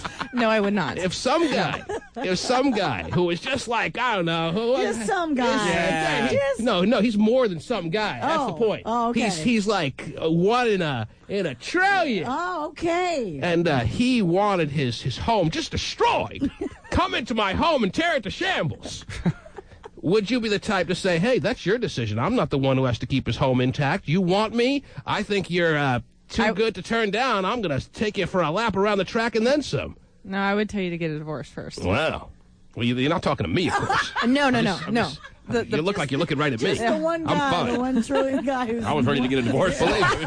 Believe me, I'm not a 1 in a trillion guy. I was just speaking hypothetically. All right, well, that's interesting, because you know what? If I'm a woman, all right? Yeah. And I speak for all women, Terry, so I guess I am part woman, huh? Hear me roar. I guess so. If some guy's coming after me and he's got it all, but he's the one, as far as I'm concerned, he's the wrecking ball and not I. Right. Because if his home is wreckable, well, then he's going to find a wrecking ball out there, Right. and I'm not going to feel guilty that I wrecked his freaking home. Right. And I'm not going to be talked into. Oh, now she's agreeing with me. Right. I agree. And now I'm not gonna be talked into the fact that I wrecked his home. His home was wreckable. He wrecked his home. He's the wrecking ball. Don't look any further than that schmuck. Correct. This 1 in a trillion guy. Right. But you can still have a conscience and not get involved in that situation. Huh? What's that? Yes. I don't know. Yes. Can I say something else with you?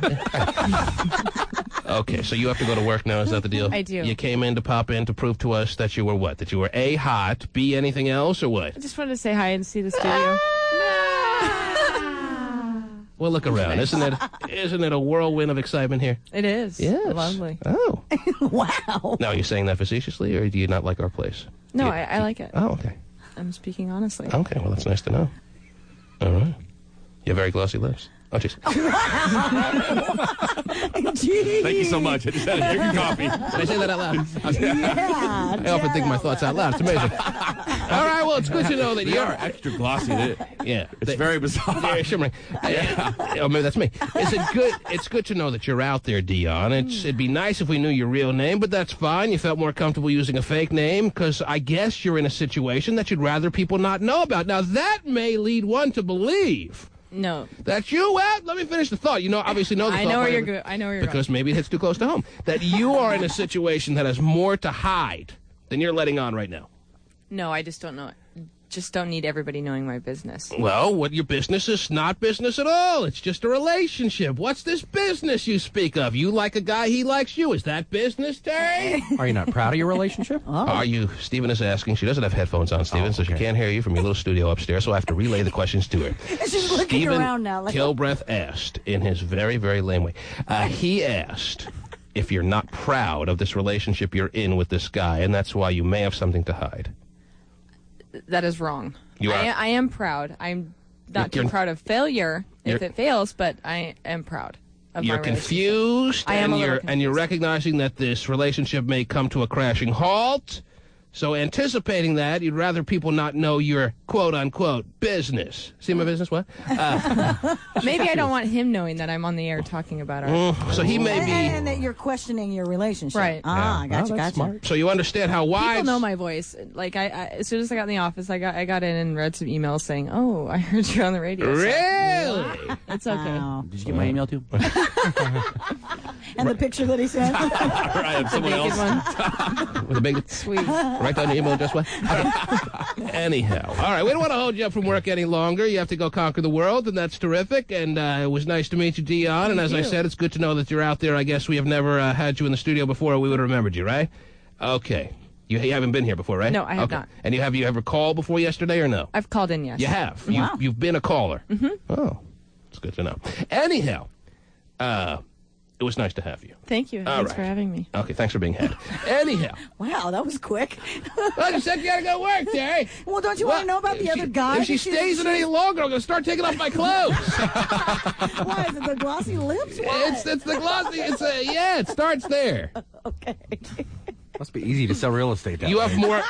have more great. questions, Terry. Well, no, I was going to ask her if she, about the other guy that she was interested in, and if she had pursued that. Well, that's 'cause- me, obviously. No, Terry. Oh, I'm sorry. Maybe that's just my thought. Oh, yeah. You said there was another guy that you were kind of into, and did I give you advice to maybe pursue that a little more than you have been? Right, but I feel as though that I should pursue that if I close this door before I open You have to another close that door before you open that window. Right. Whatever. The window. Anyhow, is he a window guy? This guy B, is he a window guy or a door guy? one. He's a door guy. He's a door guy. So you have two door guys in your life. Mm-hmm. Wow. What is a window guy? I mean, Well, a window guy he's a possibility. The other one's not really in my life. I talk to him professionally. I talk to him about business, but I don't talk to him I bet you do.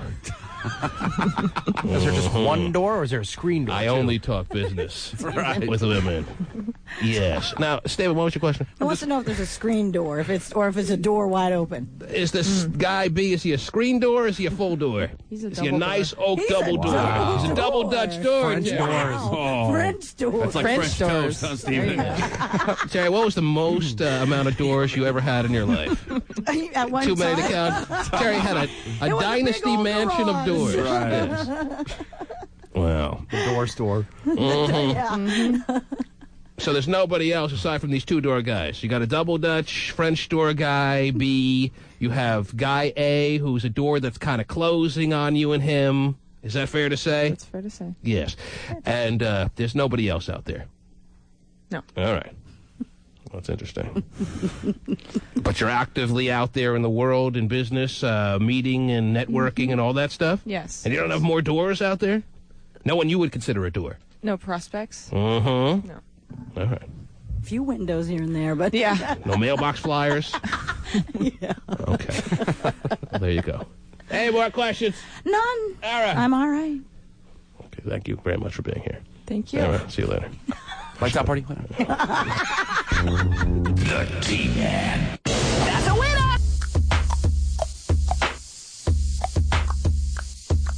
Oh, the pressure of love in Hollywood. Oh. Brad and Jennifer surely felt it. Yes. It's hard. It can mess with your mind, and you just got to stay grounded. Oh, Their split surprised many, but if you look closely at Hollywood's relationship record, the Pitts had the odds working against them. Just think about it. Only in Hollywood do husbands and wives not only spend much of their marriage apart, but spend it with sexy co-stars. While shooting the Matrix sequel. How come we don't spend our time with sexy co-stars, Oh, Terry? yeah. Oh, wow. I made it you specifically. Yeah. Sometimes I wish Hot Shot was a little sexier, too, Terry. Yeah, you could spend some quality time. Right. Only in Hollywood do husbands and wives not only spend much of their marriage apart, but spend it with sexy co-stars. Got it. While shooting the Matrix sequels, Jada Pinkett Smith was at one time away from her husband for 8 straight months. Oh, and he wasn't even in the Matrix, Terry, was he? Oh, geez. No. I guess he was. Will Smith was in the Matrix, too? I think she was. No, she was. She was. She was. You're a big Matrix fan. Yeah, you can tell, can you? I never saw the first one. I saw the first one. I wasn't as into it as, I guess, the general population. Yes. People are outraged by the fact I've never seen The Matrix. Right. You never saw The Matrix? Yeah, bullets fly, they go real slow, and he bends over. Yeah, that's great. That was your favorite part, Steven? Last night. That's how we do, dog. That's how we do. It's commitment. Gotta It's all be about committed. commitment. And when you do have time together, you just have sex real hard. Ow! Yeah, they're a crazy couple. Now. Yeah, they are. Oh, yeah, they're out of control. Remember when Will Smith was funny? Yes. Back in the day. And now Jada's the only one laughing. It's unbelievable. We'll get back to that in a minute. So, how do you guys keep the love alive, the sparks flying when you guys are working all the time? Dirty phone calls. He's so honest. Very bad. That's Michael Douglas and Catherine Zeta-Jones, Yeah. Terry. These are power couples that have been able to work it out, I guess we're going through now, huh? Yes. Michael Douglas and Catherine Zeta-Jones, they've been going for 9 months strong now. Whoa. Crazy. Actually, I guess it's over 2 years now for them. Well over 2 years, and they're doing fine. Mm-hmm. That May-December romance is working out well for those two. Dirty phone calls. He's so honest. Very bad. I just get the feeling that Michael Douglas is so old now he falls asleep in the middle of the dirty phone call, Terry. He's definitely too old to be talking about sex, that's Right. for sure. Now on to Mr. and Mrs. Lachey, who are a bit more high-tech. I understand he sends text messages to you that might be slightly risque. Yes, that's our way The of... phone is over. It's now text. That's our way of flirting. What does he send you? I can't tell you that. Come on, No, those are secrets. Right. The message says Jessica James's breasts are so hot. I mean, your breasts are so hot, baby. The McGraws actually enforce a strict time limit on their work separation. Yes. I read something that I loved about you. You guys never spend more than 3 days apart? That's the plan. And, it gets crazy away from us every now and then, but that's our general rule. No more than 3 days apart. Right. Well, that means every 2 days you're on your own. You can get a lot done That then, means huh? you got 2 days straight every 2 out of 3. Ain't bad, said Meatloaf, Terry. In May of last year, Brad didn't see his long-distance love affair as a problem. No, we haven't been apart that much at all. No. Believe me, we find our time. A bigger problem for Jennifer, as she told Dateline, was the scrutiny. When you have that much energy coming at two people, Yeah. whether it's wanting them to just fall apart or wanting them to be happy. Yeah. It's hard. Case in point, the original Bennifer blamed the prying press for their canceled nuptials. It amazed me, though. I was shocked at how much coverage it got. And only in Hollywood, when your spouse's career skyrockets, is your career perceived as being left behind. I think it's hard. I mean, Put a big picture of Nick Lachey up there. Anyhow, all right, there you go. Okay. Those power couples, Terry. Yeah. Some make it, most don't. It's a common tale that's been working its way through Hollywood for many a decade now. What else is going on in this fine world of ours? What do you have on your pile there, Terrence? Well, Cleveland Browns quarterback Jeff Garcia has a Playboy Playmate girlfriend. He does? Yes. All right, By fine. the name of Carmela DeCesar. All I can tell you is this, Terry. I hung out with the guy a little bit at the Super Bowl in New Orleans. We were at the same club, and I talked to him for a little bit, and he seemed pretty gay to me. That's all I can tell you. Okay. But then I must also say that he did, later in the night, we did see him in a limousine by himself with 6 hot women. Okay. All right? Well. I'm saying by himself because he was the only guy in the limo is what I'm saying. Right. All right. But, I mean, Playboy Playmate girlfriend, so. 6 hot women and him in a limo. Okay. Now, that's either trying really hard to quell stigmas of you being gay, or you're pretty big time. Either way, it's all right. Okay. Well, anyway, his girlfriend is on trial now for karate kicking his ex-girlfriend in the head at a nightclub. When Playmates karate kick next Fox. So his ex-girlfriend's not a Playmate. No. But his current girlfriend is. Yes. And when his current girlfriend, the Playmate, saw his ex-girlfriend in the same club as them two, she thought maybe the ex-girlfriend was getting a little too close to the happy couple that was them, and she karate kicked her back. Right. Right in the head. And there's a trial now? Yes. She is on trial for a misdemeanor assault charge. I think I might have read something about this. Trial is ongoing right now. Yes. But if I put it on Court TV today, they'll have some banker who might have killed his wife. Right. As opposed to a Playmate that karate kicked another woman because she was feeling jealous for a given second there. Would have been interesting to see. Now, why is a Playmate karate kicking? Because deep inside, even a Playmate is as insecure and vulnerable as anybody out there, Terry. Could or be. even more so, one might say. Oh, Pasty just printed out a picture of the Playmate for me. Carmela? Well done, by the way, Pasty. Pulled it out of his wallet. Let me tell you this. I'm sure. Is it a thumbprint? Yes, it's an 8x10. He pulled out of his wallet there. I'm talking about the Magnum now. Oh. This is a pretty nice Playmate. Yeah, pretty nice. Yes. Not bad. She's karate kicking. Yeah. She's getting jealous. Yeah, she is. Now, there are a lot of women out there that would look at this picture and say, what does she have to get jealous about? Oh, man, if I could only look half that good. Right. She's as jealous as anyone out there. She's as crazy and whacked in the head and insecure about where she stands in her relationship as any of you pathetic women out there. Isn't that unbelievable, Terry? Yeah, it is, actually. I mean, you do. You look at her and go, what could you be insecure about? I mean, jeez. Wow. This is as nice-looking a Playmate as I've seen in a while. Big time. All right?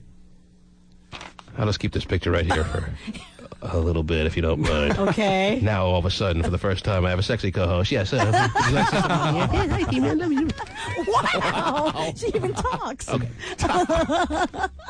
She says more than that, Terry. Oh, whoa. So, what's going to be the result? I don't know. Is there any Like I predictions? said, Any predictions on this trial? Is she going to do time?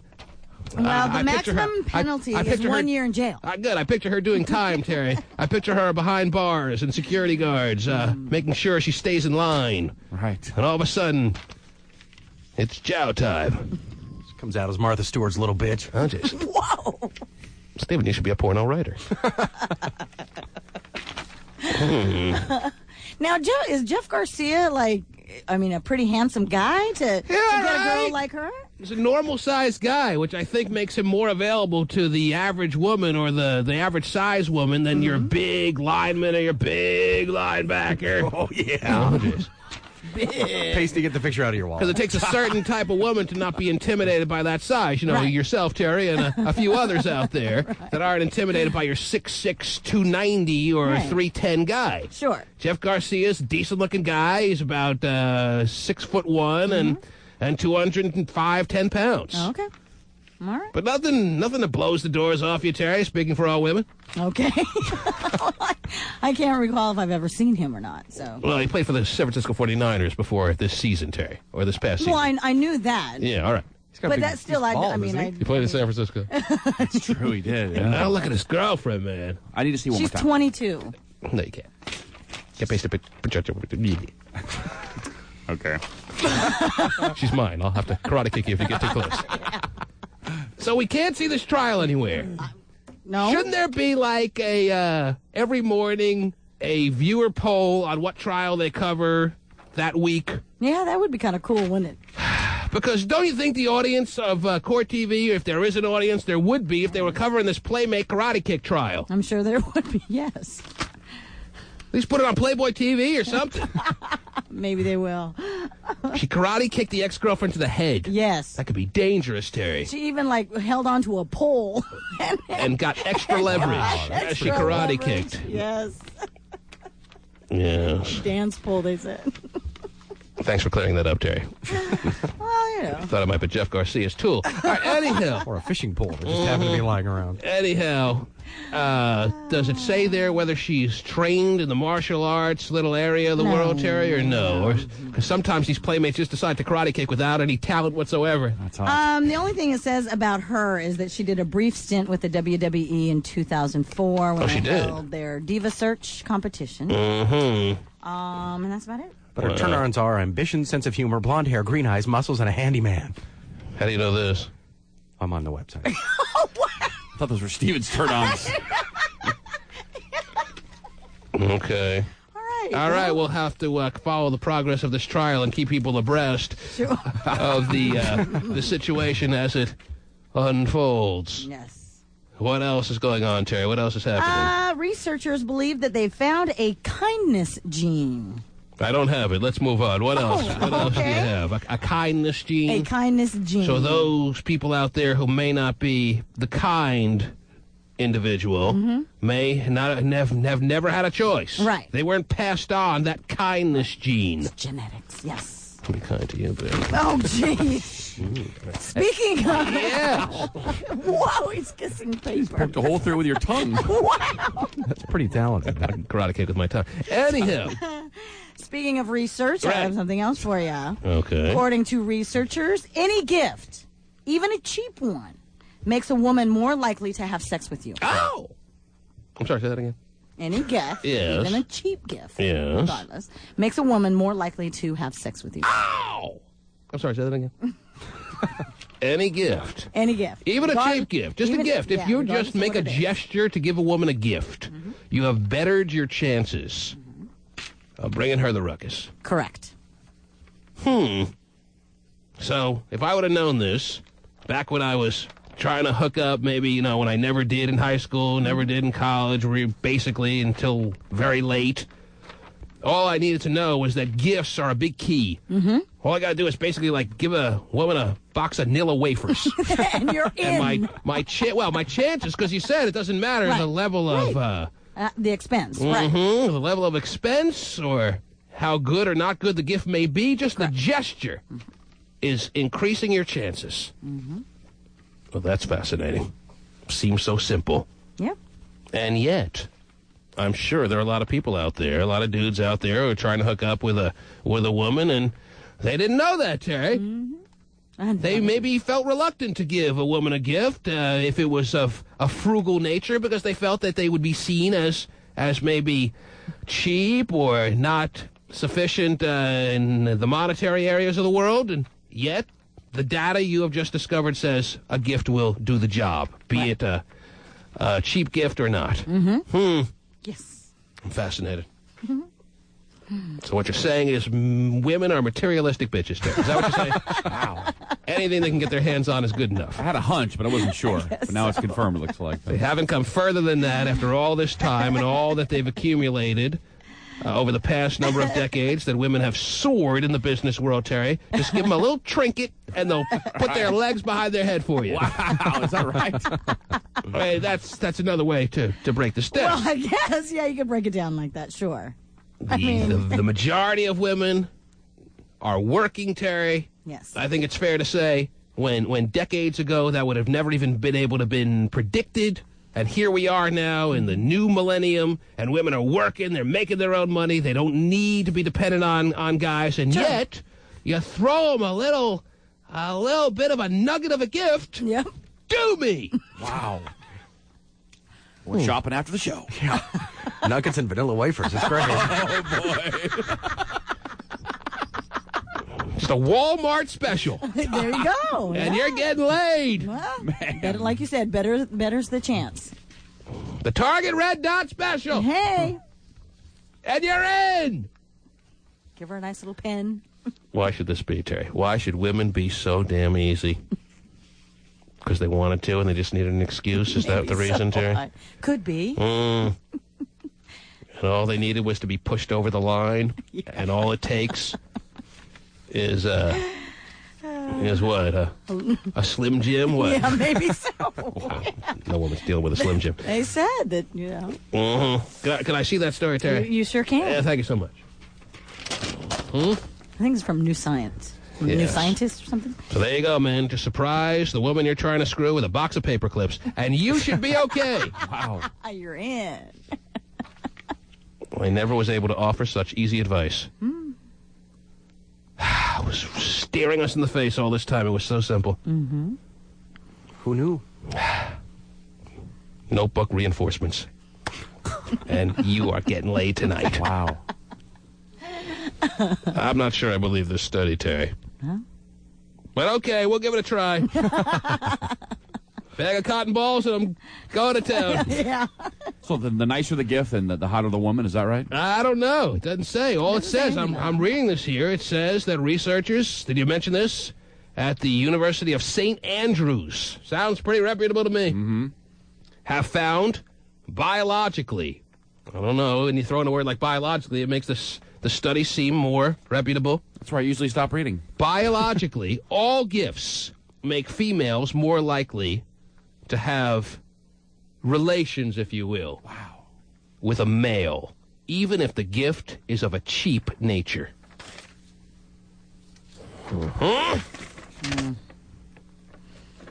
They've tested this. Now I'm ready to. Oh, okay. Let us know how it goes. So instead of spending a lot of money on a dozen roses, just show up at her front door with a Reuben sandwich on rye. There you go. And you never know. It may have the same effect. The T-Man. To demonstrate how easy it is to use. By the way, get Pasty to a microphone, please. Pasty Dave, you know what? Because you know what I'm noticing around here, Terry? What's that? We just got our sandwiches for the morning. I don't know if we call this lunch. I don't know if we call it dinner or breakfast. Whatever it is.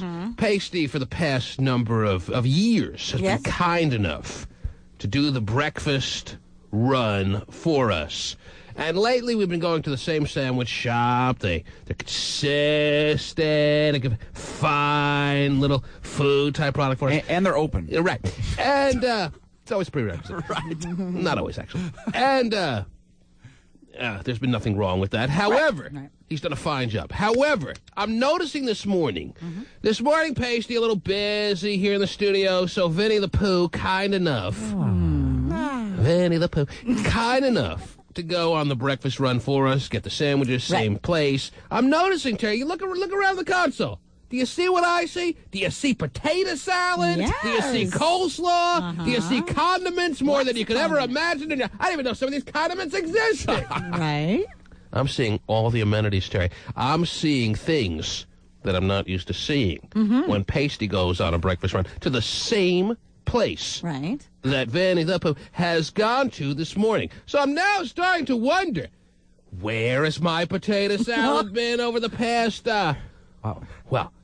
year and a half, 2 years, Pasty? Do you have any explanation for this? You're owed like retro pay, like 6,000 potatoes. I'm owed 6 potato salad. mini buckets of potato salad, not to mention how much coleslaw you'd have to start shredding. Pickles and all that. I know. We got pickles Mustard. here. I didn't even know mustard existed until this morning, Terry. I didn't know they had pickles. I didn't know they had potato salad, coleslaw, Pasty. I'm just looking for a simple explanation as to what is going on here that I'm hearing and learning about this morning when I thought you had done a fine job getting breakfast all this time. Well, thank you. I had been doing a fine job. I don't know if that was a compliment.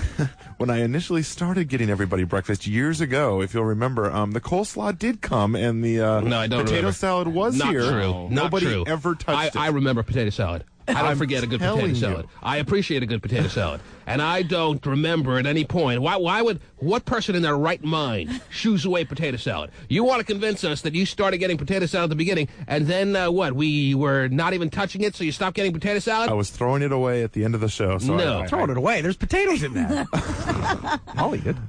Well, So somebody would have ate it. Look at us. Pasty, a lame excuse, a nice try. I'm telling you.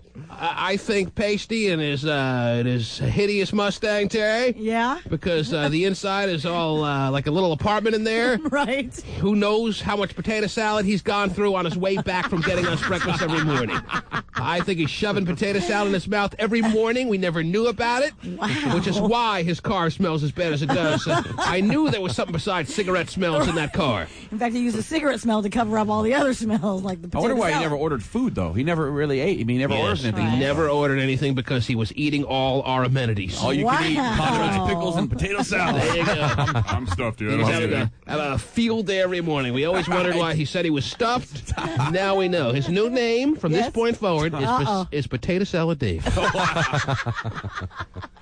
Potato Salad Dave. And I want you, if you don't want that name to stick, because you want to keep the great name of Pasty Dave, if you don't want that name to become your name, you have to admit to us right now that you've been stealing.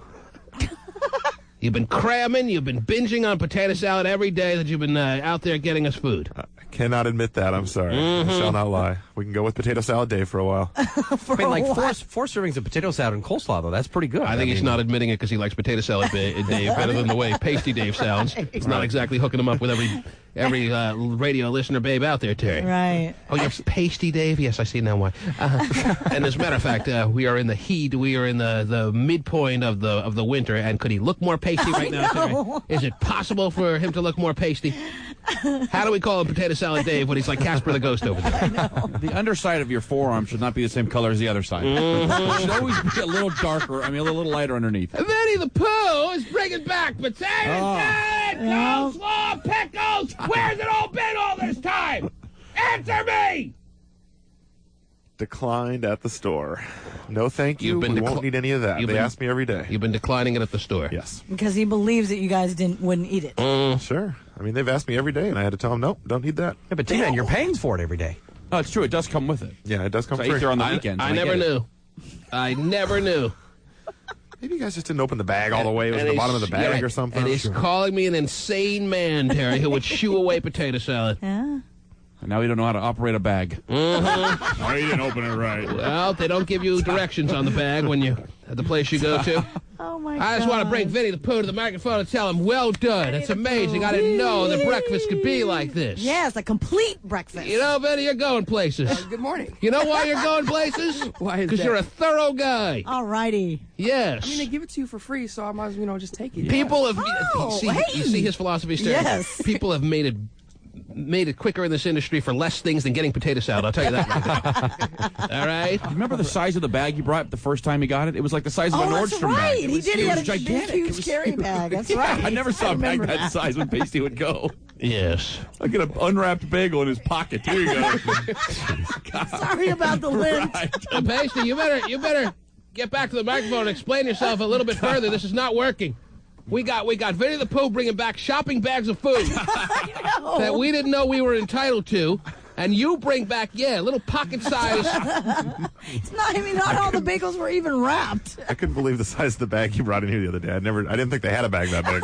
It was Even huge. you're impressed. No, I was. So what are you doing wrong? I think it might just be the fact that I'm in there every single day, so they kind of know me, so they just don't treat me maybe as well as somebody brand new off the street. They just throw all my stuff in. So you got to blame them. Well, I don't know why I didn't get a bigger bag. You got a small bag today, so I don't know. So you think he's slacking already? Yeah. Or they're slacking, or One they're day. both slacking? Yes. So Vinny the Pooh is going to become as mortal as you in this little area of getting us the food? Well, I mean, I was up there every day for quite a while, so they got to know me. All right, whatever, dude. You're breathing heavy again, dude. Are you all right? I am, thanks. Are you still seeing that girl, or I am, yes. have you put her in a small bag, too, and shoved her aside? No condiments here. Would you like to, at this time, with through the heavy breathing, would you like to give us an update on how you and that woman we set up with you at the ham sandwich release party are doing? What's the latest on you two? Things with Carolyn are going well. Oh, her name is Carolyn, Terry. La-dee-da. She's got a fancy name. I bet you get her potato salad. Maybe you don't. Anyhow. Are you guys like officially boyfriend, girlfriend yet? I don't think so. Because New Year's we were being introduced to each other as friend. This is my friend Dave. So. And maybe it's because you don't like potato salad that you thought the rest of the world didn't like potato salad. Right. Okay. Hey, speak for yourself. Maybe it's because you don't like coleslaw that you must have assumed the rest of the world doesn't like coleslaw. You guys toss it every day. Yeah, right. Maybe it's because you don't like pickles. I would never toss a pickle, Terry. Oh, no. As a matter of fact, I would steal pickles from the rest of you if you turned your back. Oh, it's true. I mean, we would like that kind of stuff. I mean, look at us. All right. I'm turning down potato salad. Okay, anyhow. Yeah, Hotshot is not in the business of turning down food. Anyhow. Right. And to think he could have been 5 pounds heavier. Anyhow. Gay meal. He wants Vinny over there to bring him some potato salad.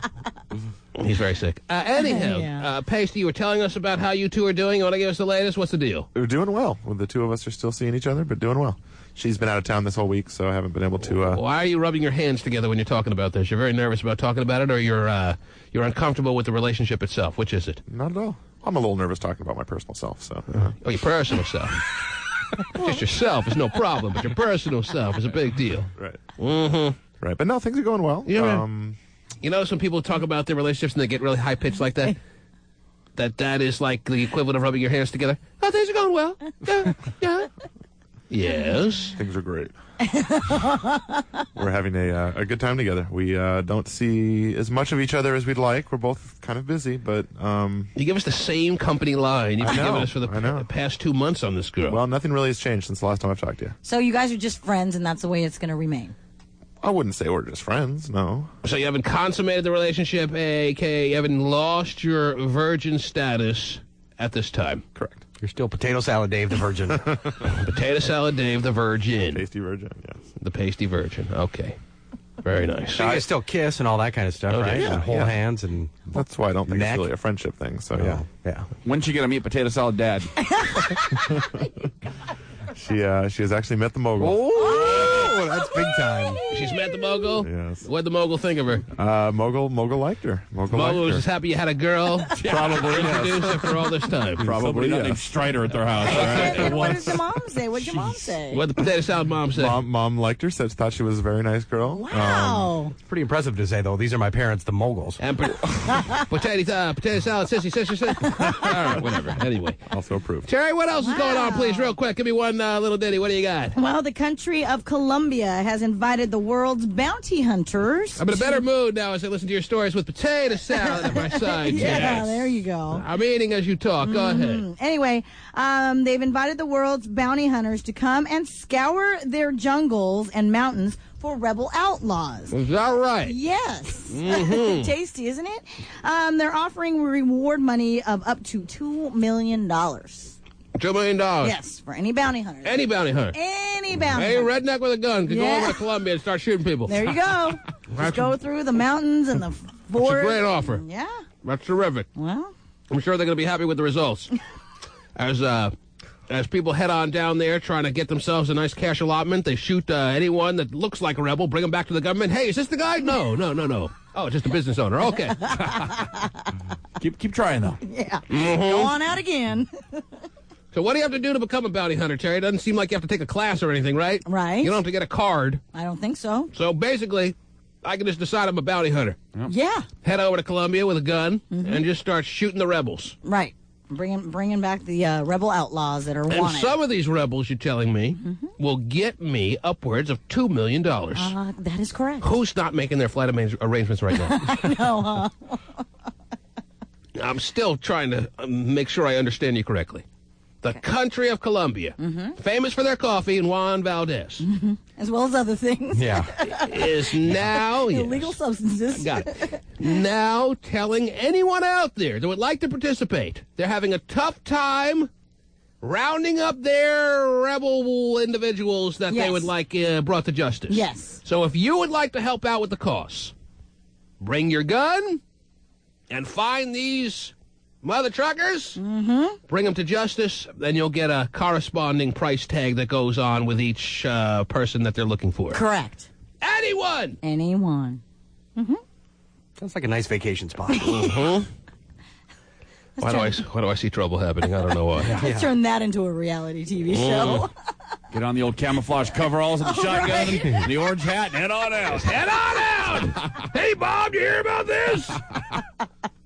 Going to Columbia. We thought shooting ducks were fun. Now we can get paid. Yeah.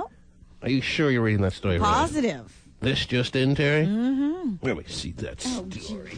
Let me put down my fork. Columbia on Wednesday. What's today, Terry? Today's Thursday. This off the Reuters Newswires. Yes. What's that now? Yeah. Has invited the world's bounty hunters to. I mean, they're making it seem like you have to have some proof that you're a bounty hunter. But what proof is there? You have a special hat? Well, there's definitely people that call themselves bounty hunters, but I don't know what. But how would they be able to verify that? What qualifies you? Is it like driver's ed? You have to take a class? I don't know. Lake Washington Votech. They have a course. Yeah, bounty hunter. This is on the Reuters Newswires again, ladies and gentlemen. It's easy cash. Yeah. Columbia on Wednesday, which was yesterday, invited the world's bounty hunters to scour its jungles and mountains and drag back rebel chiefs in return for cash rewards. Who's on a plane right now? He's walking up. Hey, Chief, time to go. Come on. Quote, it would be great if all the bounty hunters in the world came to capture these bandits. The money is there for them, and the rewards are real, says Vice President Francisco Santos. Vigilante style. Yeah, $2 million. Any beer belly with the guns heading out. Watch out. Ha. Wow. Santos's comments came after officials said they had paid an unspecified reward to an anonymous informant who helped them catch Rodrigo Granda. Wow. A top rebel. Yeah, he's a badass. Who authorities, well, hey, now they're calling on all you badasses to head out to Columbia. Right. Are you a badass? I'm a badass. Oh, geez, you weren't there? I thought you were. I've got guns. They have, well... I was going to get a degree in bounty hunting, but the math was just too hard. Well, now you realize you missed out. You're on the air. Hello. 1-866-663-T-MAN is the number to call. If you are making your flight plans with your travel agent right now, why don't you stop and give us a call at 1-866-663-T-MAN. Go ahead, ma'am.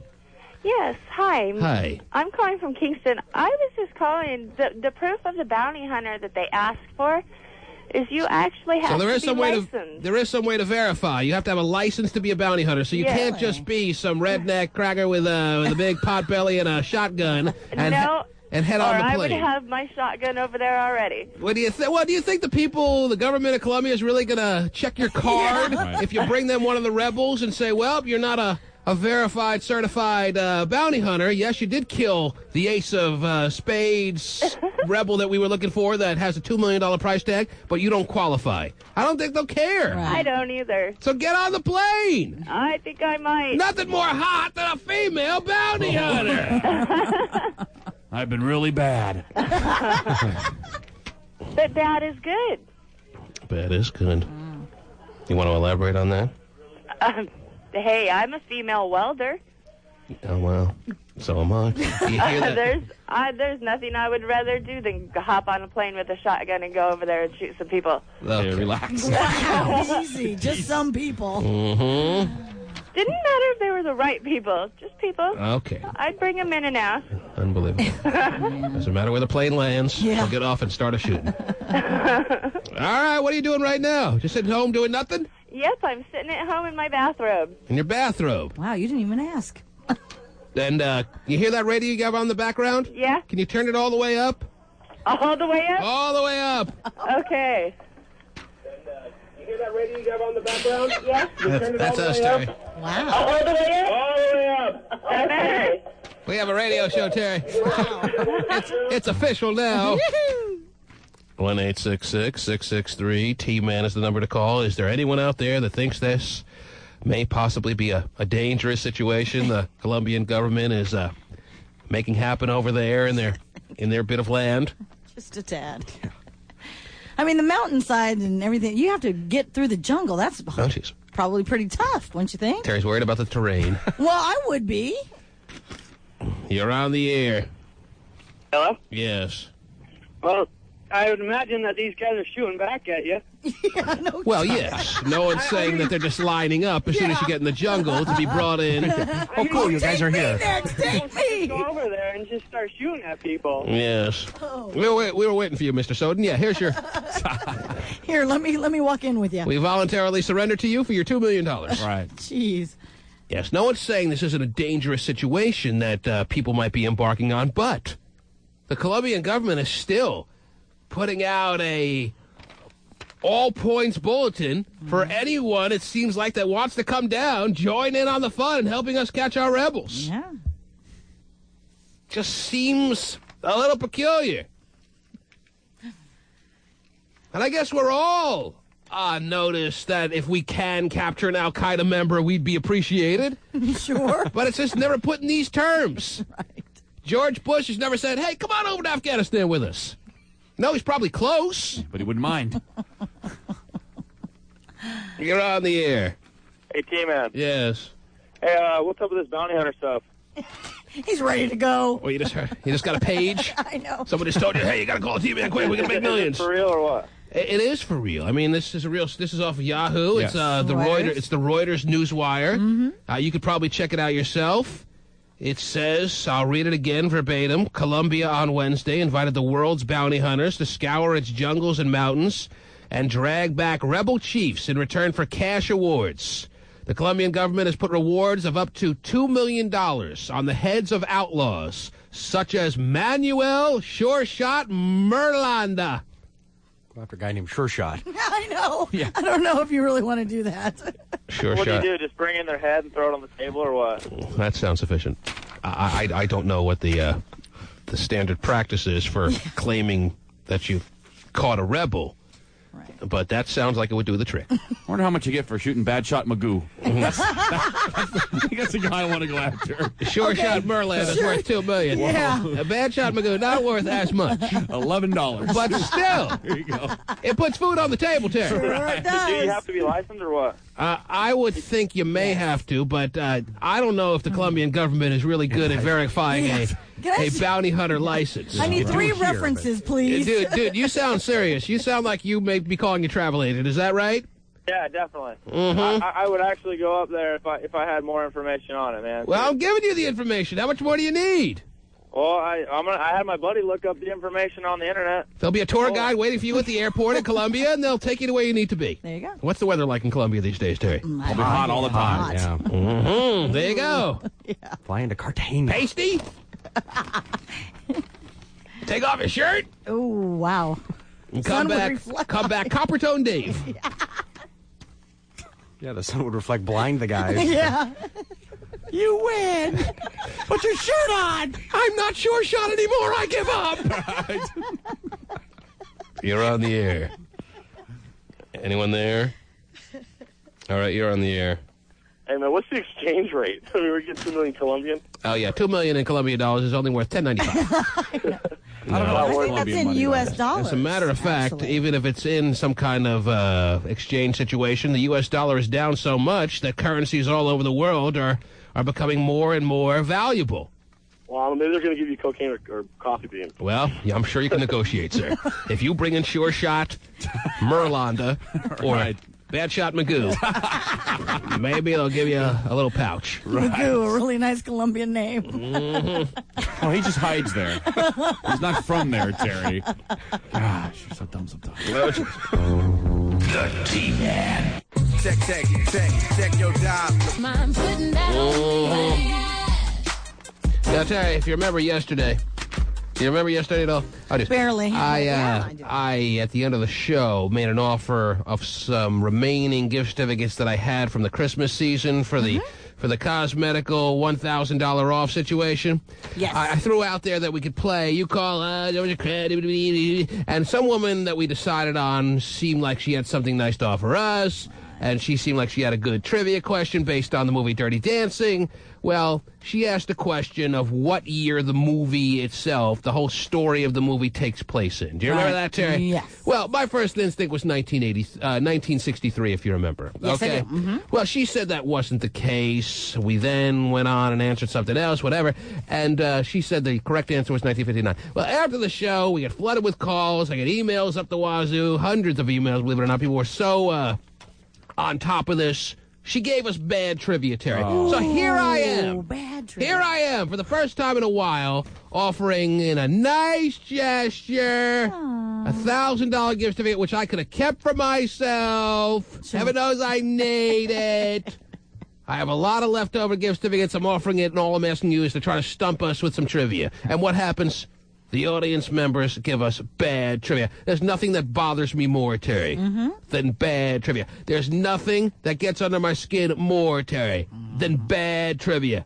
Just ruins the whole thing. It ruins the whole world. The world has been stricken by bad trivia, Terry, and the people who spew it out. Yeah. You were right. It was 1963. My first instinct was right. Yeah. 1963, and that woman thinks, as we filled out paperwork for her, she thinks, is she standing by her mailbox waiting for that gift certificate to come? Well, I could tell her right now, go back in your house. Go back in your double wide and expect nothing. I should probably call her up on the air and rip her today, but what's the point?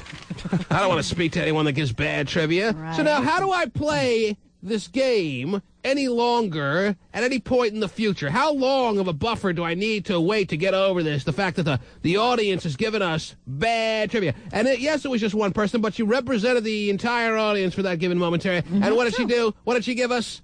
Bad trivia. Bad trivia. Oh, man. Could I ever play this again? Come on, one more shot. Okay. What's the whole concept of the thing in question, though? I don't know. You believe in one more chance? I do. Because, Terry, I still now have not only those remaining gift certificates, but that one extra one that was basically going to be on its way to that lady, that we took her word at that given moment on the show yesterday, looking like idiots. This doesn't take much, by the way. Looking like idiots by accepting her word that the movie took place in 1959. Right. When, in fact, all it was... Bad trivia. Bad trivia. Bad. Don't let one bad apple ruin the bunch. Come on. Bad apple. And the reality is I have time right now to make an offer. And, yes, we could get other kind of prizes. We can get that $1,000 gift certificate if you choose that, or we can get something else. There were some people who suggested Sonic tickets yesterday. Yes. That's doable, especially since the Sonics work out of an office 2 floors above ours. Right. And we have great relations with them. Most of their employees, we see them throughout the day. They're talking about our little cockamamie show here to us, like we want to talk about it after the show's over. We just want to play your ping pong table. Leave us alone. Yeah, we just go up there to play ping pong. Don't talk to us about our show. We did that on the show today? Yes. So we can do that. But how do I open the phone lines, Terry, knowing that there's another chance out there that all that the results will be bad trivia. Catching up. You're saying, Hotshot, that I should just forget the one bad apple. It was just an aberration, and I should expect reasonably good trivia today. I mean, trivia can only be one of two things: either good because it's factual, or bad, real bad. Yes. Yeah, we haven't played for a while. People weren't quite in the groove, but now they're ready. Here comes the good trivia. The audience has gotten its groove back. Yes. Oh, thank God. Let's hope so. Well, because I'll say this: if we do decide, and I'm starting to maybe see Hotshot's point, if we do play today, Terry, and I put my $1,000 gift certificate back on the line, yeah, and just to mention that I had extra $1,000 gift certificates yesterday. By the way, got all these beggars out there emailing saying, "Oh, T-Man, my face, right, my gut, my hips, my back." So you got mine. Yeah. Stop it. I'm going to call the police and get a restraining order, Steven. All those out there who just think I'm just going to feel sorry for their situation. No, I'm not asking for much. I'm just asking for you to call up and try to win one. Yep. Coerce me. But I was saying, Terry, if we do play any kind of trivia game this morning, how could I not include Vinny the Pooh, Terry, who showed us a whole new perspective on breakfast. He showed us a whole new way of eating here in the studio, Terry, with potatoes mustard, pickles. Yes, ladies and gentlemen, if you're just tuning in, you missed a huge moment on the program. For years, we have been the victims of fraud. Pasty Dave, for the past, how long has he been getting our food, Terry? What, 2 years? Very nice gesture, by the way, to get food, and we'd often pay for his breakfast for that service and stuff like that. But he never wanted to eat. We could never wonder. We always wondered why he never wanted to eat, and now we have the answer. He was eating the whole time. Winnie the Pooh, I guess today and yesterday got us breakfast. He's bringing shopping bags of food, and he's going to the same place Pasty went to. Right. Maybe they're under new management. He's bringing all kinds of potato salads we never knew we could have, coleslaws, and he's saying he's telling us this was all free. Wow. This comes with your sandwiches. Then he runs over. Do you want cracked fresh pepper on that too? He's got it all, man.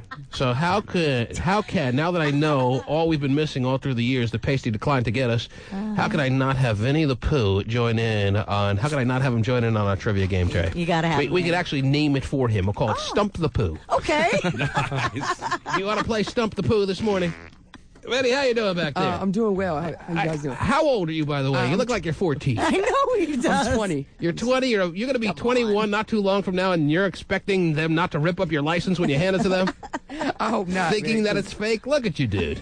I hope not. He's got a baby face there, Terry, but the ladies will love him, Terry. You know why? Yeah. You know why? Why, Because D-Man? he's got his own game. You know what that game is called, Terry? What is that game called? It's called Stump the Pooh. Woo-hoo! Oh. You getting laid, Vinny? Wow. Occasionally. You are? Yeah. You got a woman or what? I'm trying to lock one down right now. Oh, geez. Oh, he's trying to lock You shouldn't have to one down. try when you're the... I mean, I just don't want to. You're Vinny the Pooh, You're man. the Pooh. Jeez. You got a game now. The Pooh can do. Yes. Back to Pooh Corners. Oh, no. Tell these women right now. Definitely, right? Yeah. So you have a woman you're trying to lock down? Is that the deal? I am right now, yes.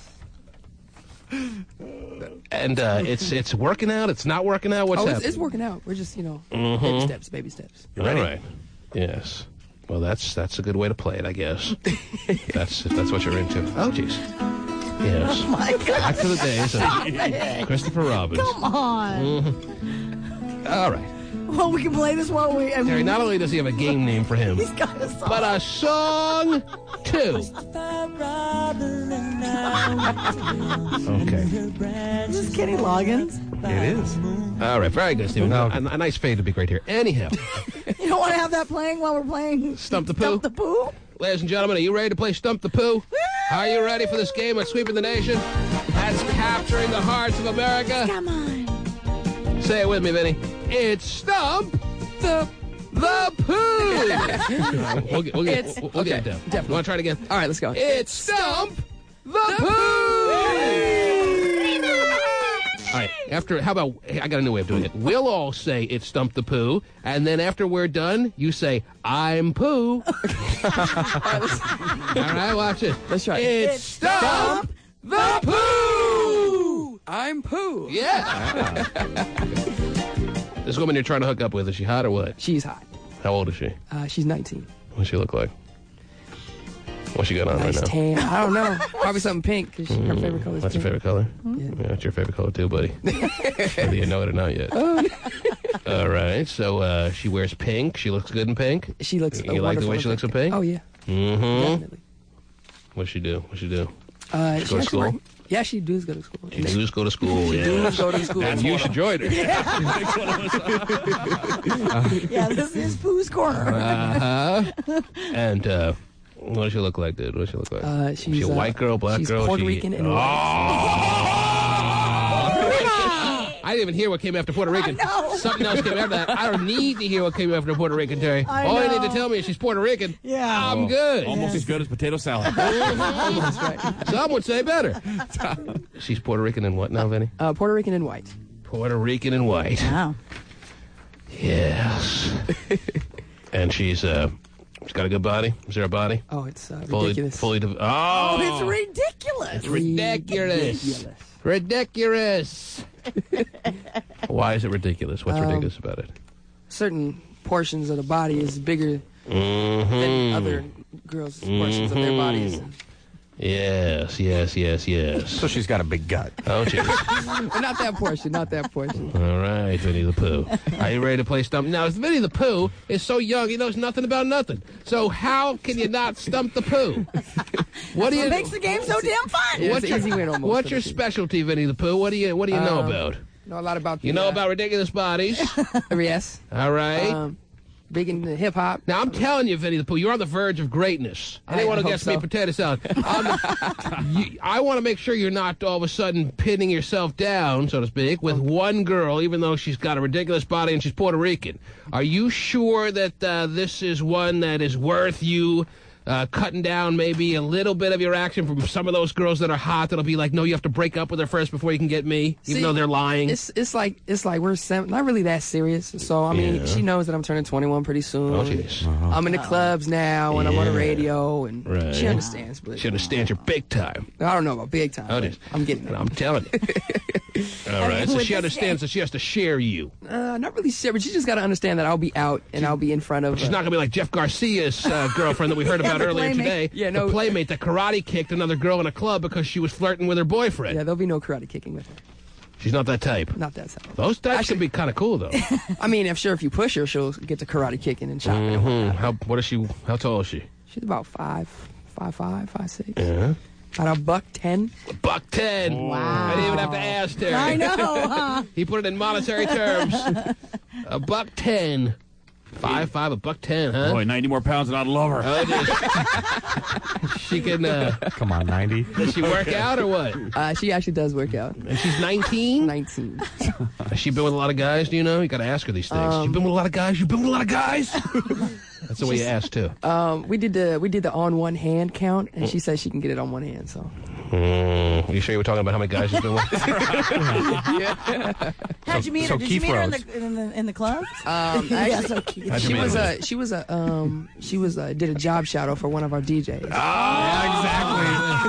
Who has the nerve to hook up with those girls? So easy. So yeah, the one hand is Keith Rhodes, Harris Fred, one hand from just people in this building. Right. So she's doing the job shadow thing, and she's like seeing you as a big time future DJ, whatever, and you're now she didn't even realize you'd have your own game this quick, Stump the Pooh. And you've been hanging out with her how long? Been kicking it about 2 months now. Kicking it 2 months. He's probably the only one that wasn't a scumbag to her when she came in the building. Hey, baby, what's up? Exactly. Yeah, you can follow me anytime. Does she live with her parents? Yeah, she does. She's actually getting ready to move out.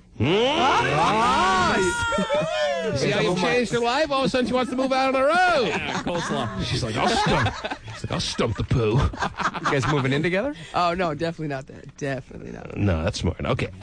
So you haven't sealed the deal yet with her, is what you're telling me? Not on a relationship level. Well, I mean, you haven't gone the distance with her, if you know what I'm saying. The distance? Yes. You haven't screwed her? Oh. Boy. Have you slammed her yet or no? You have? Yeah. Getting it done. But he hasn't closed the deal on the relationship. Forget about that. Yeah. Some other time. All right, ladies and gentlemen, look at the time. We're getting late for this game that everyone's anticipating called Stump the Pooh. Now, what is your specialty? What do you know the most about, would you say, Pooh? I know about current music. Current music? All right. Drop it like it's hot. Well, you work at Cube 93, so I would think you know enough about music. All right, what else besides the obvious things? I know what's in our prize closet. Definitely. What else? We can do current movies. Current movies. So you're not Nothing too old. You're not anything. What's too old? 1999 and below. Right. So Han Solo was in which movie? No idea. I don't know. I mean, I know some. Who was the main character in Rocky? All right. Well, let's see what's out there. Let's see what we got for Stump the Pooh. So we can't help it, all right? I don't know how you play Stump the Pooh yet. All right. All I know it's a work in progress. You're on the air. Hello.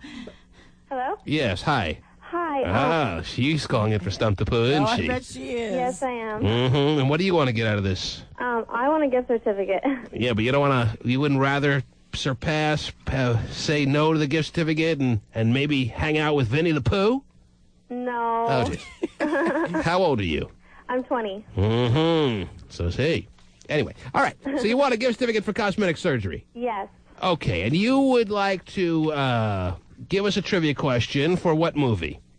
Black Sheep. Black Sheep? Yes. Is that with Chris Farley? Yeah.